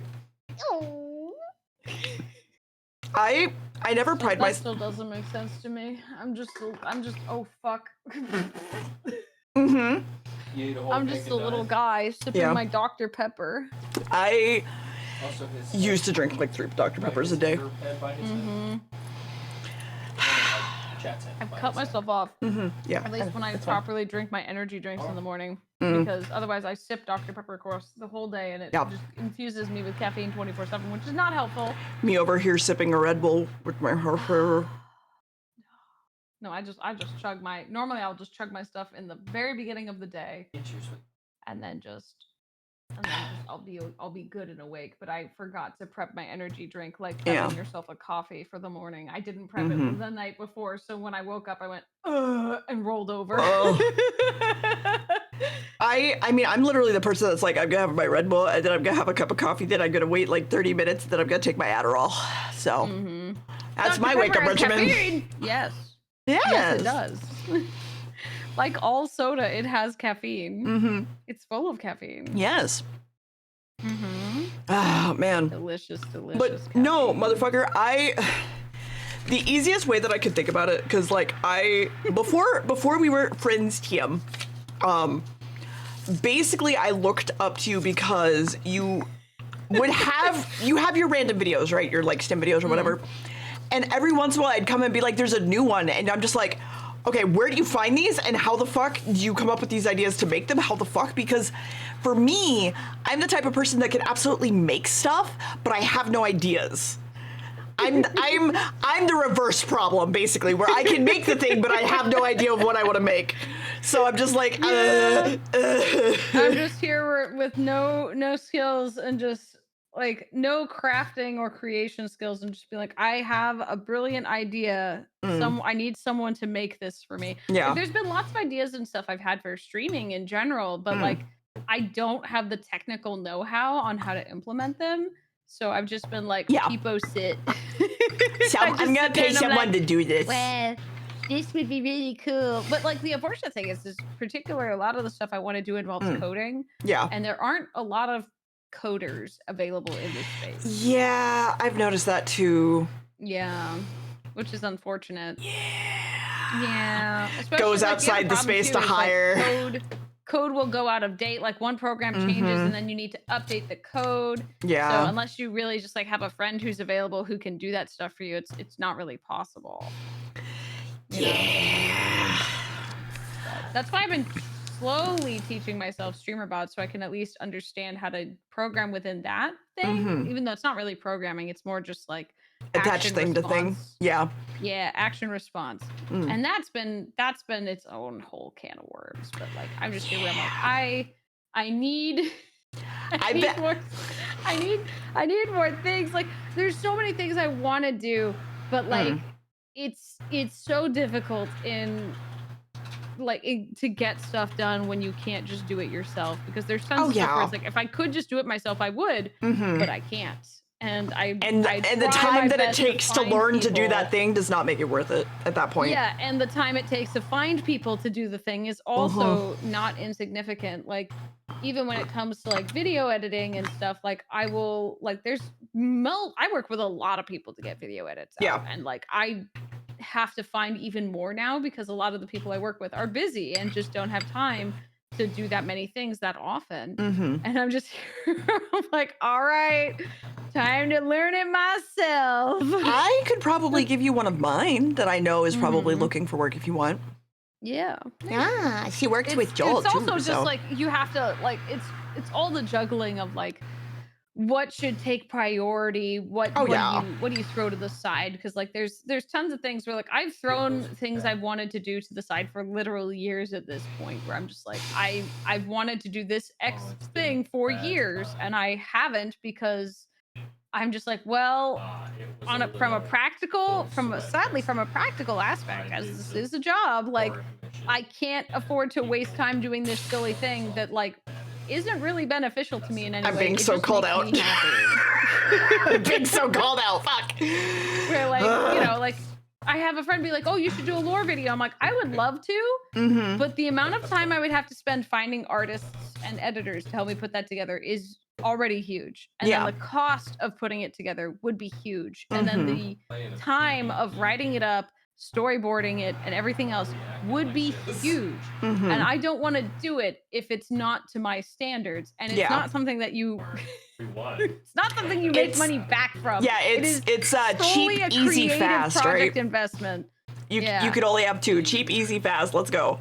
And it's just something that's like, it's a creative expression. It's not something that's going to like necessarily help you as a streamer, right? So it's just something for you. And I typically will look at things, and if they're just for me, if they're just something that makes me specifically happy, I don't usually go for it. Like this model was like one of the first times that I was like, no, I'm gonna actually do something that I just really want just because I want it. Like I did a lot of toggles on this model. I did a lot of stuff, not because I needed to, but because I wanted to. Yeah. And I was just like, I think this will make me. I mean, you also literally flat-chested yourself to make yourself happy. So, I mean, I was flat before, but like more obviously so, though, compared to what could be. Yes. So like I just did a lot of things where like the Kabadon toggle was literally something where I was like, I have a funny idea. I think this would be so cool. It's a fucking great idea. I was lucky enough that my artist and rigger were down to do it, because there have been lots of times where I've had, in my opinion, good ideas or cool, unique ideas for things. And I've approached people to try and get them done. And they're just like, that's going to be really hard. I don't want to do that. And I'm like, okay. See, I guess I don't understand that mindset, because I've had people come up to me with ideas and I've been like, okay, that sounds really hard. I'm going to try it for like a day, and if I can't do it, I will let you know, but don't pay me yet, and I will figure out if I can do it. Like, that's usually the mindset that I try to take, because I never want to like say no to an idea, because just saying no basically is just like, I'm not even going to try. And it's just like, man, give yourself some credit. Clearly, you have skills that this person like wants. you gotta try, man. There's no harm in fucking trying Stairs and Marble Rivals. Yeah, I mean, it's just like because the thing is I understand not wanting, like, it's also like the sheer magnitude of projects, right? Like, I always try to be like, I have a lot of ideas and I'm very excited about them, and I always try to communicate with artists that I'm working with or people that I'm working with in general. I'm like, look, if I'm tacking too much onto this project right now and it is overwhelming to you or it feels too large, you can tell me to cut stuff and I will figure out what to cut, and I can come back to you for more stuff later. Yeah. But I would prefer you tell me to cut stuff than just tell me no. And please, for the love of God, just tell me when you want me to cut stuff. Don't like agree to do something that's too large and then like feel overwhelmed and then later cut stuff. Like literally just cut stuff early. And if you have more time than you thought, or you're like, actually, you know, I can do more. I want to do more. Then we will add those things back on. Yeah. But like, this is one of the cases where it's easier to do too much and just cut away to like back up and be like, okay, this is within our scope. Whereas like there are other projects that are very much, let's do a little, and then if we can do more, then great. But like with rigging at the very least and streaming, unless it's like a straight up lore video that someone's having to make in a time frame, like there's a lot of things that you could be like, okay, let's try to do this amount, and if we can't get this amount, at least we can get 80%, because 80% is still fantastic. Yeah. And people just don't want to give the 80% sometimes, and it's like, please, please. This is why I'm learning to rig. God damn it. Oh. But yeah. And also because I don't want to pay for outfit changes. Go on. Yeah, that's the other thing. Is like the other huge part of it is like I have, you know, you'll have tons of ideas, and it's like money. See, this is why I like trading my friends for goods and services. Because I'm like, hey, Renn, you want to like basically manager my ass and give me ideas to do on stream? I'll draw you models. I'll design you models. I'll give you. I'll rig your models. I've had multiple times where like I've given people like basically my one-on-one course on a couple things in streaming, and more than once I've had friends be like, you know, you should like do this for a job, basically.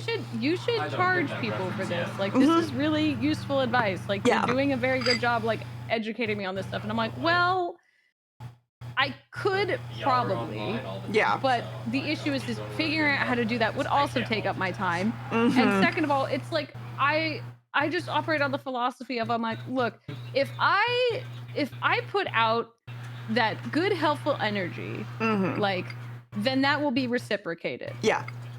Right? Where it's like, if everyone has a mindset of helping other people, everyone does better, right? Because it's like, if you know and trust other people, even like not close friends, to be like, if you ask them for help with a task, they will provide it because they know you will. Yes. Everyone does better. And like, that's my whole philosophy. Yeah, no. It's creating a circle of trust, basically. Well, yeah. And it's also just like, I also just think that if one person does better, everyone else will inevitably do better. Like the more VTubers do better, the better all VTubers do. The more streamers do better, the better. Oh my God, it's socialism. All streamers do. All rising waters raises all ships. Like it's that simple. And I'm like, I don't really feel like the need to charge people for helping them unless they like. Unless it's a pretty extreme time investment from me, then yes, I'd be like, I would appreciate if you would do something for me. That would be nice. Or like, because it's simply the question of like, look, if I cancel something of my own, I do want compensation. Yeah. But if I'm not having to cancel anything of my own, like I don't mind helping people, but like that's fine. But I mean, I worked in education. I like helping people. I like teaching people. I like helping people succeed, because the other thing too is just like there's tons of stuff where like I taught some of my friends StreamerBot, like the stuff I knew about StreamerBot, and then later they came back to me and were like, hey, I figured out this cool thing with StreamerBot that you didn't know, and then they teach that to me, and I'm like, oh my God, wow, thank you. So it's like, as everybody improves, they're able to help each other, like because someone else will be able to figure out something you didn't understand or didn't like know, and then they can give you that information. Like I hate gatekeeping. Oh no, 100%. Like it is there's a so line. between like preserving what is your idea, that I respect. Like people being like, this is my idea, this is how I did it, please don't copy it. But like use these tools to do something for yourself. But when people don't share the tools, that's where I'm like, you know, like because, and I understand people being scared of other people taking the thing that makes them unique, and that's when I just sit here and I'm like, well, but look, if that one thing is the only thing that makes you unique, then it's not that's worth. not good. Yeah, like that's not. If it's something anyone can do, then it's not that good of a talent. Like you need to have something else. Like you need to understand yourself better and understand what your appeal is, and like what makes you unique, and like. You need to have more self-confidence, because I guarantee you there is more to you than just that one thing that you are so protective of. And like, even if two people are incredibly similar, like the audiences are still not going to be like 100% overlap. Like people are still going to like you for you, even if you are very similar to someone else. Like they're not going to think of you as identical people. Like there are tons of people out there who do like crazy chaotic content, who say really out of pocket shit like I do, but they're not me. And like, you know, I don't think people who like me, even if they like that other person, would say that we're the same, because we are still different, because we're different human beings. There's no way that we respond exactly the same way to every single situation. I was gonna say the first one that comes to mind is you and Basil, honestly, are the first like so out of pocket dog that like is a VTuber, but y'all are so vastly different. I don't like watching Basil just because I think it's an auditory thing for me, but I adore watching you. For example, no offense to him, I know he hates women and everything, but God. Don't say that. I love Basil. I love Basil so much. I love watching it. Like, I actually love watching Basil streams. He's really fucking funny. Yes, 100%. And, like, he's I absolutely love his stuff. But like, but we aren't really like, but we're different, right? Like, because it's the thing where. Some people, I know a lot of people who get really upset with comparison, like being compared to other people. And I'm like, they're not saying, like when people compare you, they're literally just pointing out similarities, and those are always going to exist. Like it's not, there's nothing original ever. You're the same. Like, I mean, I had tons of people be like, oh my God, you're buff and a dog, just like Buff Pup. And I'm like, yeah, but she and I are like completely different people. It's the same mission. She's really cool, but like, and I'm we not. have very different energy. Oh yeah, no, 100%. I cannot. Like you and Basil, I'm I not at least actually horny. It's all a bit. I don't think it's a bit when it's Buff. I think it's very sincere. Yeah, that's a big part of it. People are like, you're just like Buff Pup. I'm like, Yeah, no, I don't. No. I wouldn't see. Aside from being dog, I don't. Yeah, Deer VTuber must be Haruka. Yeah, right. Oh my God. You I don't know. It's just like, I'm here where like people are using comparisons because that's how the human brain works. Yes. We literally slot things into categories. We like patterns. Similarity. Yeah. Why do you think we see faces and everything, chat? Why do you think you saw Jesus in your toast?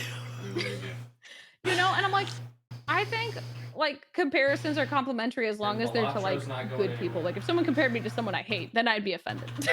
Then I'd be like, what the fuck you mean? I'm like that bitch. I hate her. Like, you know, for the most part, it's like any sort of comparison. I'm just like, I wonder why someone said that. And then I'll look and go, oh yeah, that one's just purely superficial. Or like people be like, oh, you remind me of so and so. And I'm like, oh, that's because we have similar humor. That's fun. I like that person has similar humor to me. I bet we would get along. Yeah. You know, like that's one of my favorite things is when people say like when I'm told like, oh, you like so and so reminds me of you just because of the way you talk and your humor. I always go look at that person. I'm like, oh my God, I think we would get along swimmingly. I think this person and I could be good friends, maybe potentially, because we have a similar sense of humor. Amazing, Wow. shocking. We might get along because we have similar interests. Wow. I'm sort of grateful that I have a partner, Jetmark, I will say, because I know it's opened up the door to like meet a lot of people.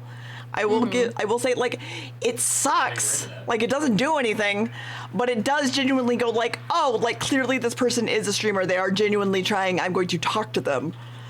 Yeah. And I mean, like, the funny purple check mark, really, the way I describe it to a lot of people is like it's an instant way without raiding into someone for it to be communicated to them, to another party, that you are a streamer and that you're like might be interested the bar in like for if you're not okay, this is gonna sound kind of mean, but the bar to determine if you're a freak or not is much higher. It's a lot harder to become a partner and still be an absolute freakazoid than it is to just exist with an account and be a freakazoid. All right, we're not gonna talk about that. like- Don't worry about it. That's not a monster fucker permit. It's fine. It's fine. You have like, you know, like there's definitely people who have gotten the badge who have turned out or still are like absolute dog water people. They're not cool. They're awful.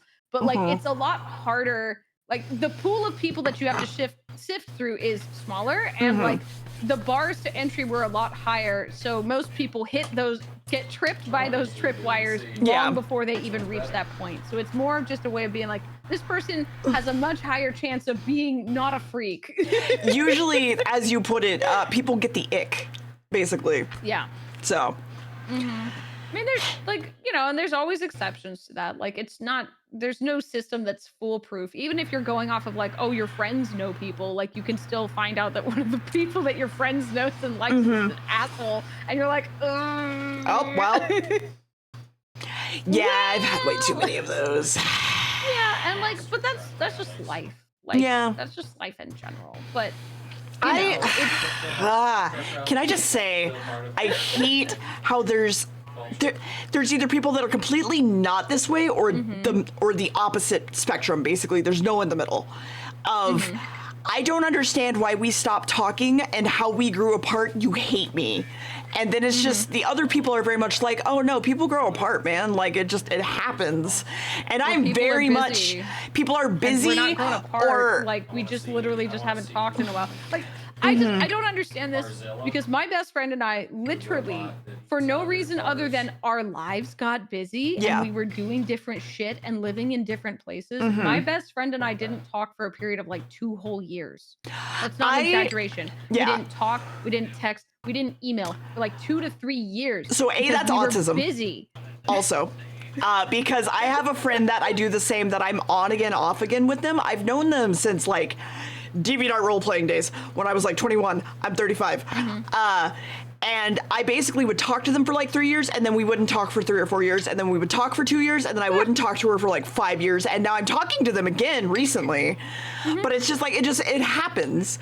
And people just have this like aversion to growing as a person, basically, and sometimes that it does mean also either moving on or growing away from someone else, but they take it as not a natural thing that's happening, and it just is so fucking infuriating.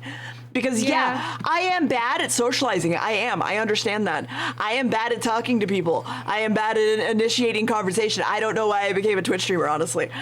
And I have multiple friendships I can name off, like off the top of my head, that I'm like, yeah, I started falling out with this person. I no longer talk to this person. I would still consider these people my friends, but I'm not going to sit there and say I still talk to them, because I don't. And if I went up and talked to them, I'm going to be the person to be like, hey, it's been so long since we've talked. Hey, what's up? Nothing's changed. I still have the exact same opinion of you. Like, nothing is different in my mind. Yeah. Like, there's lots of friends, you know, where it's just like, oh, we've just been busy. Nothing's changed. Like, shit's just been going on. Like, there's a lot of my friends. I'm an adult. I have adult things. Because we're busy, we're adults, we're doing adult things. Our lives are busy. We don't live close by, so of course, and we don't have the same job, so of course we're interacting less. Like, I mean, it's one thing. Like, my mom moved countries as a child, and like she still she reached out to some friends that she didn't talk to in several years. Like, she just reached out to them when we were going back to go visit Sweden, and like lo and behold, they were like, "Oh, it's so good to hear from you. You should come over to my place. We'll have dinner." Oh, and we did. And it was great. Like, I got to meet some of her friends from her childhood that like she would only occasionally talk to over the years. And it'd been like 30, 40 years since she'd last seen them. So like, you know, like, and like last had serious conversations with them, like long in-depth conversations. So it's like, you know, like this happens. There's tons of people that in your life, you'll just not Same talk bad, to super yeah. frequently. Yeah. And I'm just here where I'm like, look, if you're worried about your status with a friend, you just gotta ask them. And if you like whatever answer they give you, you have to trust. And if you don't trust it, then you just gotta like. Mm-hmm. Also, you could just Like, ask. if you think they're lying, then you just move on. Like, Yeah. it's that simple. Where it's like, if you ask your friend and they say, yeah, everything's fine, and you don't think that's true, then you just go, well, okay, then I don't think that's true. I think they're actually upset with me. So instead of pressing the point, I'll just go off and do my own thing. Yeah. And if everything's actually fine, they're gonna reach out to me when they have time. Mm-hmm. And if things aren't, then I guess that friendship's just over, and that's just it. I mean, that's just life. there are also, of course, special use cases, Chad. Hi, I have medically, whatever, I have paranoia, basically. And it mostly involves with other friends, and basically to a point where I will, it will become my entire day, month, week, worrying about how if someone hates me or not because of something I've done. Different use cases, of course. But, you know, just fucking talk to people. Holy shit, please. Please talk to people. A lot too, and like that's part of like the thing when you work on like dealing with those fears, you really just have to like work on like changing your thought pattern on it. Like it's just that good old-fashioned cognitive behavioral therapy. Yep. God, I love CBT. So good. Oh no, not CBD. Like, THC. What? Huh? CBT. No,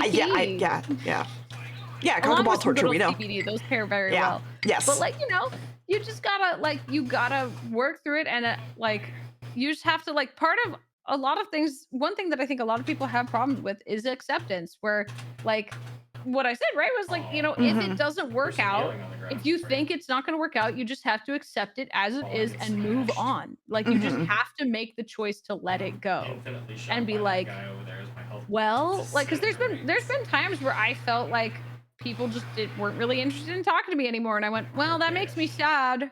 Yeah. But I can't force someone to like me. Yeah, or to no, want to you stay can't. Very close friends. So if they just aren't interested in reciprocating a relationship that way, then I can't make them. There's literally nothing you could do. There is nothing to do except move on. And I just went, well, that makes me sad. Oh well, and then I just moved on. Yeah. I just moved on because I was like, there are other people I can talk to. I can make new friends. And like, I used to not be good at that because I didn't have very many friends, and I felt like I had to hold on to every single relationship that I had, no matter how harmful it was to me, because like, if I lost it, then I would be completely alone. And then I just decided, I was like, you know what, if I'm alone, that's okay. Yeah, I mean, I think There's that nothing also, wrong with being alone.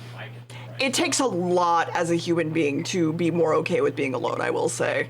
No, it's because not easy to, like, we're learn to social accept that creatures for feeling. sure, and learning to be alone and to be happy with like just being with yourself is hard, especially if someone doesn't like themselves. Yeah, I mean, that's why like my main thing I always tell people is like, before you can expect other people to like you, like sincerely like you and care about you no matter what, and You have love to you like yourself. unconditionally, you have to love yourself. I just like myself. You gotta learn to like yourself. You gotta learn to accept and love yourself, flaws and all. I don't want to. And if you don't like a flaw that you have and it's fixable, then fix it and stop complaining and making excuses. Yeah. Do something. Damn, Do I just something. tolerate myself. Well, I mean, Stop that. I'm getting the bat and I'm giving you a new dent. the world already fucking hates you. You don't have to make it like worse for yourself by also hating you. Here. There you go. Oh, sorry, Leaf. I scared my dog. My baby, I'm sorry. That clap was so loud. Come here. Come here. Oh, uppies. Oh. Hi. I actually don't know about your second dog. Well, my second dog's name is Leaf. He's from the dumpster. Okay, he's blocking That's the entire fair. camera. That's great. Hi, baby. Mm-hmm. He's a Chihuahua mix. He's just a cute. He's an adorable little rat. He's so cute. He's a lap dog. He's so cuddly and he's so cuddly and snuggly, but he is also so stinky and terrible. He's from the garbage. But he'll also probably be the healthiest dog you ever owned. No. No? No. No. No, Huh. he's not. Holly is incredibly healthy. This little rat has so many allergies. and has so many health problems because he's a Chihuahua mix. Oh, okay, Chihuahuas that's are fair. full of illness and disease. Yes, they are. Chihuahuas and German Shorthair Pointers are full of You're cancer. gonna lose all your teeth in a couple years because you got those horrible Chihuahua teeth and you have butt gland problems. So we have to express your butt glands, and it's really gross. GSPs, You're so Chihuahuas, and Pomeranians were always the worst dogs I ever had at the vet tech. Like, health-wise, at least. He's such a sweetheart. He's so stinky. You want me to show you a picture of him? Yes!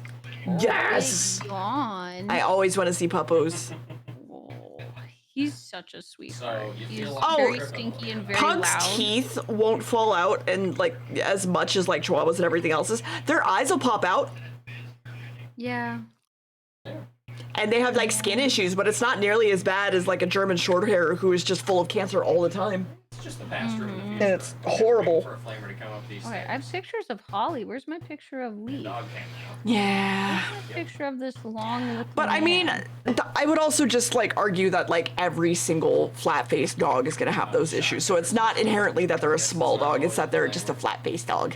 Yeah, certain little dogs have a lot of health problems like Chihuahuas, but there are plenty of breeds that are small that are very healthy. Like a Bichon Frise is a very healthy breed, for example. As long as you like brush their teeth and shit, yeah. Yeah, and like get them regularly groomed. Yeah. Yeah, and they'll be fine. Oh, Let's see. so- Bones has so definitely sent me a why picture of did this you little have rat. that dog? There's one. Stop. I know I stopped petting you for 3 seconds. I'm a criminal. I'm a criminal. I'm You are. so sorry. You are. You absolutely are. Okay, come here. But no, I always find that Here. like the dogs that I find, the cats that I find out in the garbage tend to be like they will live till they are 99 years old, and then the full breed cat that my neighbor owns dies in 2 weeks, and I'm like, oh, okay, baby, oh. Let me see if I can find a better picture of my rat. Rat, stop. Like, I stopped petting him for half a second and he gets so, he like starts headbutting. Oh, Holly has really good side eye too. So dachshunds, dachshunds, Dogs.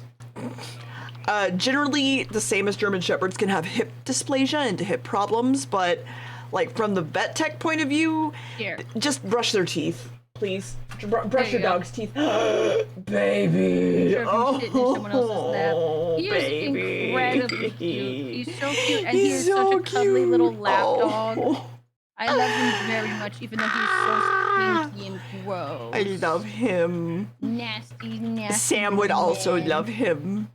He has huge ears, as you can see. He's got this big. He looks like a fruit bat sometimes from the right angle. Oh.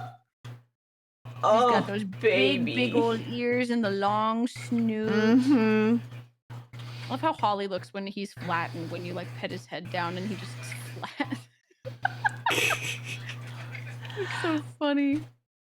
Sam has realized that to ask for pets, he slaps a paw at you. And his favorite thing is to do that while we're trying to go to sleep because he likes cheek rubs. And if we stop for 2 seconds, Yep. he's like, I want a pet. And I'm Yep. like, okay, buddy. Okay. Yep. Leaf will headbutt, cry, and or like just like nudge your hand up. Like if you stop petting him ever, he will just start kicking up a fuss. And I'm like, buddy, I can't. I'm trying to sleep. I'm trying to sleep. Or he'll like force. if he's- Please. Oh my god! If he's locked in the crate and I attempt to cuddle at all with my wife, he'll just. Oh, Sam is the Like, biggest oh cock my block God. ever. Like, as soon as I'm giving Max any sort of attention, Sam just goes up and he's like, oh, are we giving hugs and kisses? Hugs? Yeah, I want attention, attention, a cuddle runs pile, in, attention. starts screaming, starts growl. Like Leaf with his Chihuahua brain, all he understands how to do is cry and growl. So he'll like Bones will come over to wake me up, and he'll like wake up from a dead sleep, sleeping next to me, jump up and be like, grr, grr, grr, and Bones will be like, shut up. Well, Chihuahuas And, are like, then alert she'll dogs, give me right? attention, and he'll just sit there and stop growling, and then just start going. He's so stupid. This is the dog though that has like a singular brain cell. He is dumber than a boxer. I love Amazing. you, but you are really stupid. He's not even slightly smart. He's actually just really, really dumb. I love him to pieces. I prefer Zam Trios. I Yeah. mean, Sam is But the you smartest. have no brain cells. Sam is the smartest dumbass I've ever owned because he knows how to solve puzzles. He knows how to do a million things. He's a service dog. We put a waist high to him bag in front of him. He doesn't understand how to get over it or get around it, and he's trapped forever. Bang, bang, bang. Yeah, Leaf, if you point a laser on the ground, will chase it, thinking that it's a real insect. Or if any light reflects off your glasses, phone, or watch, he will chase it, thinking it is food. And my roommate, was just like, no, he understands it's from the laser pointer. No, they don't. And then I was, no, he doesn't, because the cats do. And when we turned off the laser pointer, he just continued to stare at the wall, confused. That can give a dog OCD Yeah. because He's they don't comprehend that they can't catch a thing, basically. Yeah, well, I mean, Holly understands it's not real. Like, the more Leaf gets, like, starts chasing it and, like, being happy and excited, the more Holly starts going, like, because he knows it's not real and he gets upset. It's like, what the fuck are you doing? We've tested, and he has approximately 3 seconds of memory, because you'll call him with his harness in your hands, and he'll run to you excited. He'll see the harness and be like, and then run behind a corner, and then you'll call him, and you keep calling him. 3 seconds later, he'll run around the corner, all excited, completely having forgotten, then go, oh my god, the harness, and then run away. And like, this will repeat for an hour. Oh, he's just a goldfish, the poor baby. He can't learn. He has a worse memory than a goldfish. He is so stupid. Baby. At first, because he's so loving and so eager to please, that Bones thought he was smart for the longest time. And it's when I saw that dog, I was like, no, that's a stupid dog. Like, no, he sits on command. He's so smart. And I'm like, he's not sitting because he understands that's what you're asking. He's sitting because he knows that gets praise. Yeah. And like, I also pointed out that he would also sometimes lay down or try to give his paw. And she's like, no, he's just a little confused. He has now, after several years, reliably learned to sit and not do something else when told to sit. Because he will just cycle through behaviors he knows that people want from him when we say anything to him. Yeah. Like, he'll lay down, he'll try and give his paw, he'll do a little spin. And I'm like, baby, no. Baby, I'm asking you for one specific thing.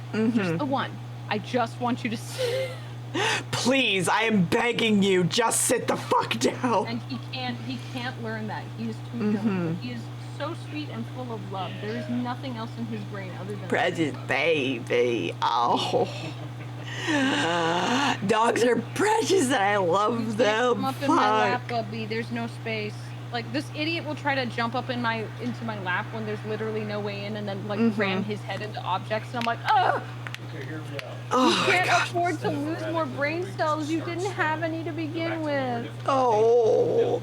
Get him a little helmet. The highest difficulties and full Oh, I would, but he would throw the biggest fit about it. Like, I don't know what his problem is. We put his harness on him when he goes on walks, because he is literally pulled spastically so hard sometimes that he has caused himself to backflip and like smack his head on concrete. Because he like jerks the leash so hard, you know, like that when it stops, because it reaches the end, it pulls so hard on his neck that he has backflipped and slammed his head into concrete twice.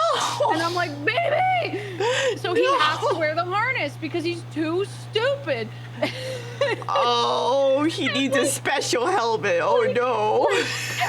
The only times he wears the harness is to go on walks or to go to the park. It is never for the vet or anything negative, but anytime you get the harness, he like cowers and runs away and tries to hide. And I do not understand why he doesn't like the harness. It's not even tight on him. It's like a nice, comfortable harness. It's only associated with good things, but he cannot learn that it is a good thing because he's too stupid. I was gonna say, it's only associated with good things because it's associated from good things from you. And it might have been wherever or whatever he was at first. So, like, he was a stray, and we got him from a rescue service where he was, like, stayed with people, like, with foster parents, and they loved him and, like, were super sweet. Like, he didn't have, all his contact with humans is good because he loves people. Like, and, like, they didn't have him in a heart. They didn't even put him in the back seat of the car. We had to train him to be okay with being in the back seat because the people he was being fostered by, because he would cry when being put in the back seat, let him sit up front. So he, for the longest time, was like, I need to sit in your lap in the front of the car. And I'm like, no, sweetie, I'm driving. You can't. You have to be in the back. And he would sob and cry. And the only reason he handles it better now is because Holly will be in the back with him. And Holly is his emotional support. Like, Holly will be trying to sit, and Leaf will like crawl underneath him to like hide and shake. And it's like, and Holly will just be like, get off of me. Don't touch me. I hate you. Sam tends to sit on the center console, like in between me and Max, because again, he's a 70-pound dog. Be co-pilot. Like, does he just stand up there and try to stare out the front window? Yes, but we basically told him if you're gonna stand, you're gonna have to be in the back seat. If you want to lay down in between us, that's fine, because we have that thing that's like a hammock in between the back seats to the front seats that makes the whole back seat like flat for the dog. Because it just makes it more comfortable for him or whatever, and it's a whole thing. It's cleaner too. Fucking sleepy bitch syndrome, Jesus. But yeah, so he'll just sit in the middle between us, and then I feel like there's a reason there's no master dog. Catch a one fish. Where am I? What am I doing? You're good. I had to let Leaf out because he was just laying down by the door looking at me depressed, which means he probably needs to pee. Baby. And being a stupid dog who was a foster, he still will just pee inside the house if you don't let him out fast enough. Yeah. Gotta love dogs so much. Yeah. Anyway, you were saying about Sam in the hammock. So yeah, he will just lay on the center console between us and just fall asleep, like with his head on us, and it is the sweetest fucking thing.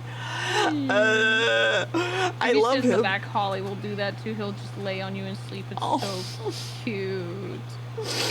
Can I come? I want to come meet Holly. God damn it. You know, like, he's so good. Like, sleepy dogs are the best kind of dogs. Like, Holly is the best when he has physically been like exhausted beyond belief, because the rest of the time he's kind of an asshole. He doesn't really want your affection, and he doesn't care. Like, he really only cares about me, I guess, like in terms of paying attention to him, but at the same time he doesn't like being petted. He doesn't like snuggling. He's just like, don't How touch dare he? Like, it's a crime because of how cute he is. So like anytime he gets he gets super exhausted or he's cuddly, I'm like, yes. Because it's so nice and so rare. Which is one reason why I'm like, I need people to run him ragged, because when he's run ragged and like super tired, he gets so snuggly and it's so cute, and I love it. Okay, plan. I'm gonna come out there. I'll bring Sam. Dogs play, and it'll be fine. He'll be just tired all the fucking time for the entire time. Because Sam is still like in I'm gonna puppy playtime, and I don't understand when I'm too much, because he needs dogs to put him in his fucking place, and I. Oh, Leaf will love him then. Like Fantastic. Holly might not. Like Holly's weird. Holly is like.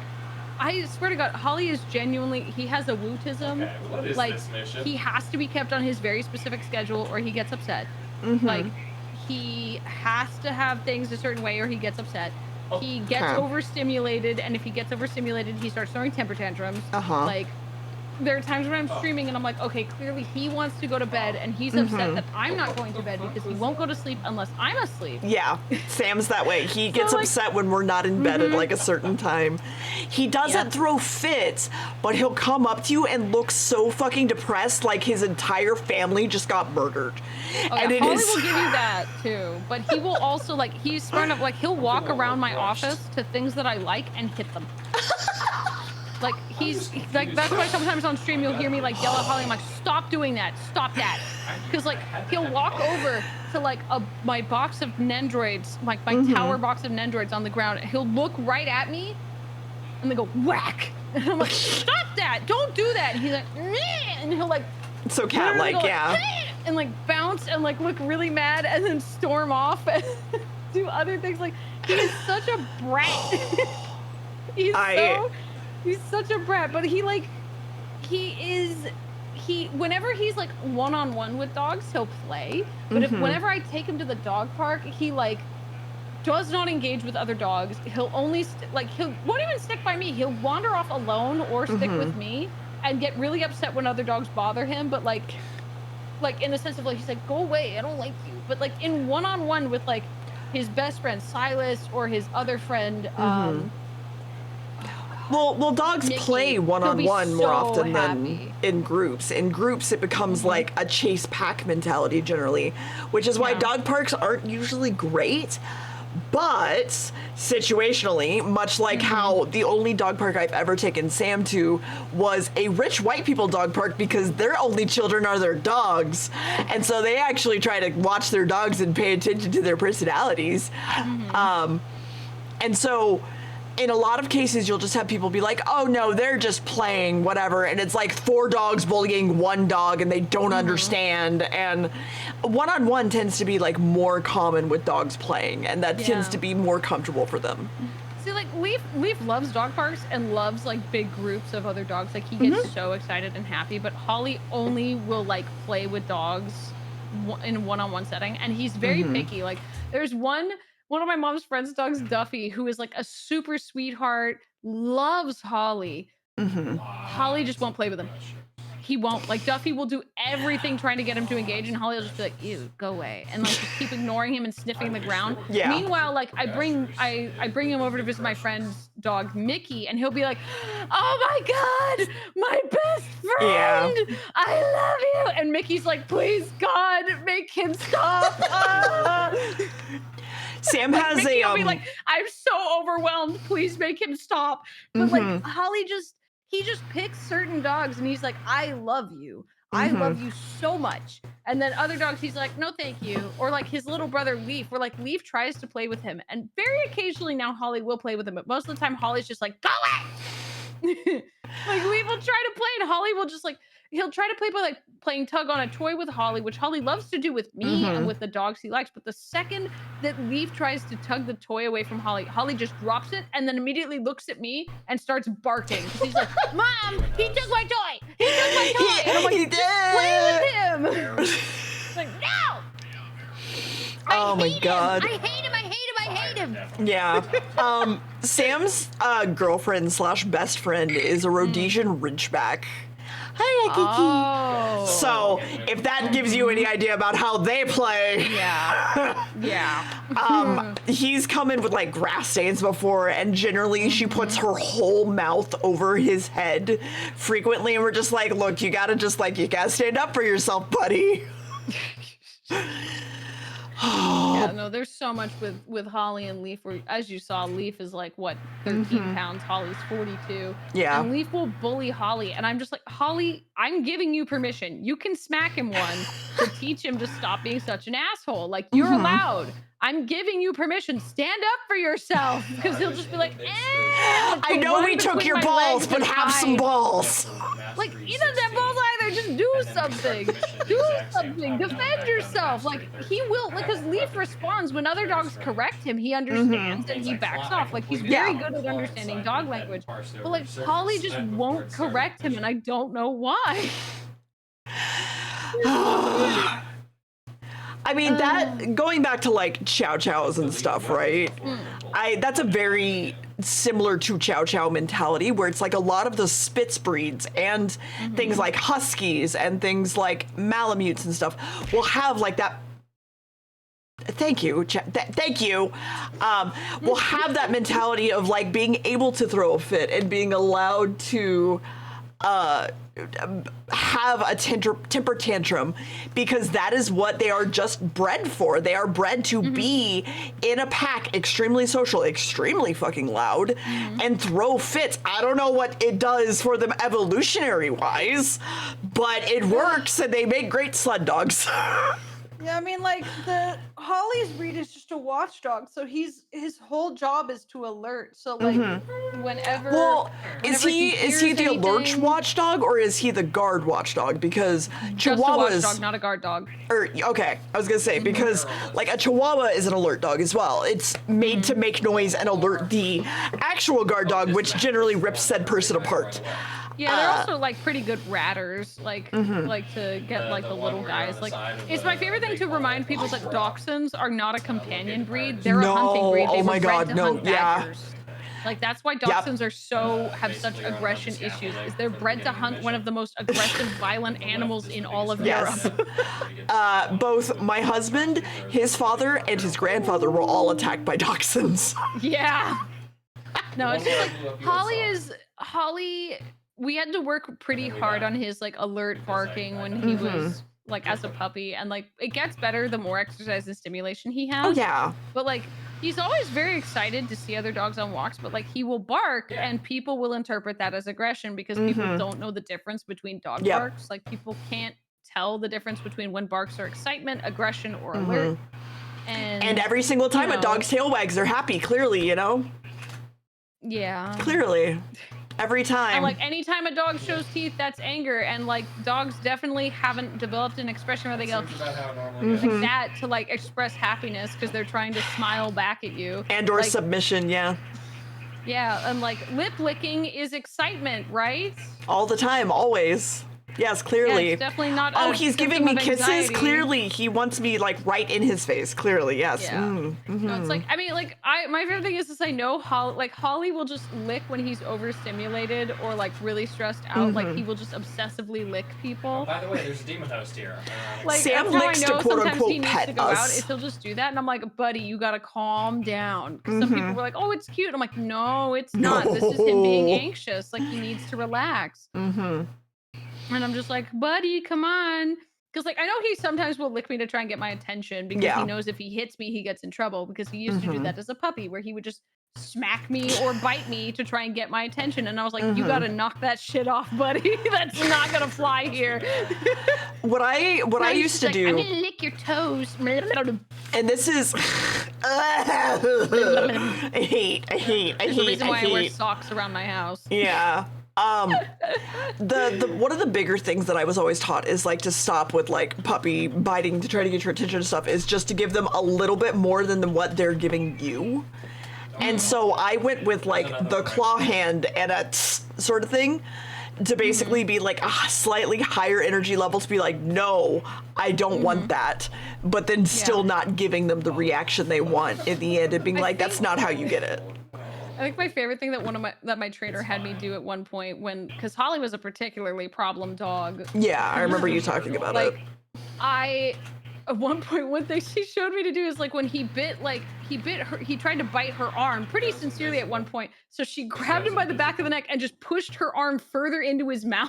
Yeah. Until he was like, and then she like didn't let him get away. So she just held it there. And he was like, it was not painful, but it was uncomfortable. And she was like, yeah, you want to keep biting me? Keep doing it, buddy. And like, after only a few times of doing that, he very quickly stopped trying to bite at my hands because I'd just be like, if you bite my hand, I'm going to grab you and I'm going to shove my hand further in your mouth and you're not going to like it. It's not going to to be pleasant. I've done that with cats, actually. It still hurts. It's still painful for me, but I know you hate it. I've done that with my cat, and that helped a lot with him like attacking us, basically. Because you just gotta you gotta find a way for them to understand. Like, I do not like this. Do not do that to me. Like, I don't like, and also just respecting your animal's boundaries as well. It's that like you gotta make consistent rules is the number one thing, because like I know particularly with Holly, with how smart he is, when rules aren't consistent, that's when he gets the most upset and frustrated.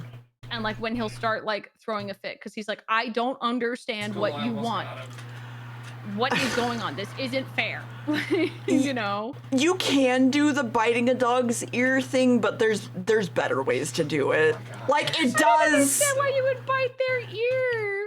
It's a dominance thing to basically be like, no, stop that. Like, because dogs tend to put their entire mouths over each other basically as a dominance thing, or like their head over the back of their neck, a lot of different like things like that. So if you're like nipping at their ear, you're basically being like, no, I am above you in this ranking basically, and I'm not okay with this. It might not even be a ranking thing in reality, but it basically is just like, no, fuck off. and they're like, oh shit, okay, if I do this, I get hurt. All right, never mind. So yeah, there's better ways to do it. As someone who has to use an e-collar, yeah, there's better ways to do it. Yeah, like, I mean, with Holly in particular, like, there was a lot of stuff where it was just like establishing, like, you just establish your boundaries and your rules the same way you have to do with people, and you're like, no, this is a boundary, you don't cross it. I will enforce it. Yeah. Every time. If you cross it, I'm gonna communicate that I'm upset.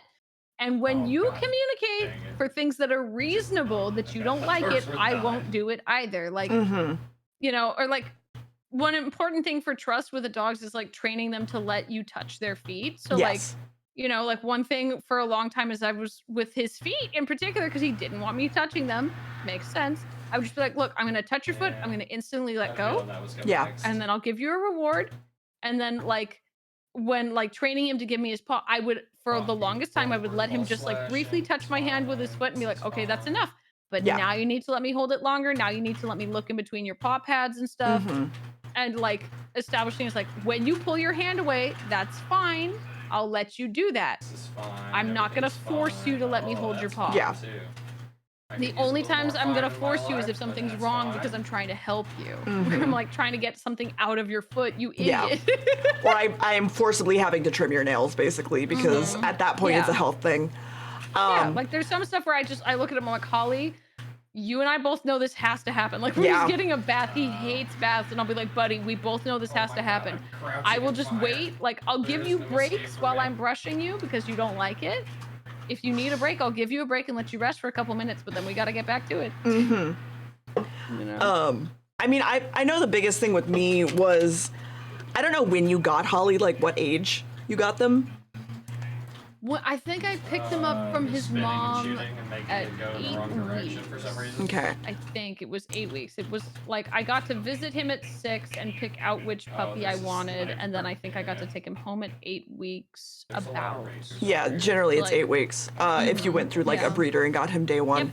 Yeah, I was 3 weeks late, so I missed like 3 weeks of puppy, and I got so sad because Sam grew up so fast. Those first 3 weeks suck so hard. I wanted Sam to stay small.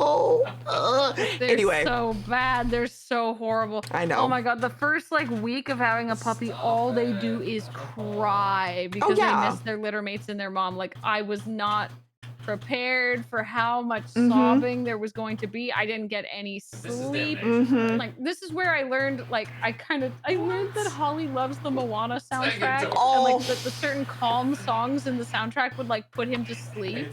So I would just like be sleeping on the floor next to the crate with my phone playing the songs. Yeah. So requesting for rest. So Sam didn't cry too much, but put a pin. I was gonna say that I touched and fucked with Sam's feet and his teeth and his ears and everything since he was a puppy. Chat, please, dear God, do the same. But yeah, so Sam didn't really cry too much as a puppy because his breeder did a lot of things for us that like, he's potty trained. He understood how to go in a litter box, and I was like, what? That was helpful. And then she sent us home with a large blanket that the puppies were born on that was cut into like different pieces. Yeah, he slept with that. The whelping blanket. Yep. And then also he was trained to classical music, and so she would just let us listen to classical music. Or he would listen to classical music when they would go to sleep. So when he was with us and ever he was having a problem, classical music, boom, he's out. And it was just like, okay. And so he didn't really cry all that much. He doesn't howl, for one, but he did never cry.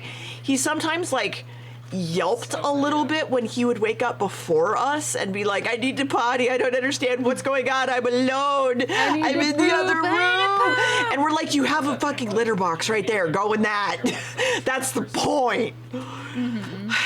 But he was really good, and she did fantastically for like, I'm gonna say she is basically a backyard breeder, but it is because of the fact that old-time Scotch Collies are such a non-existent breed now that they kind of have to be to some extent.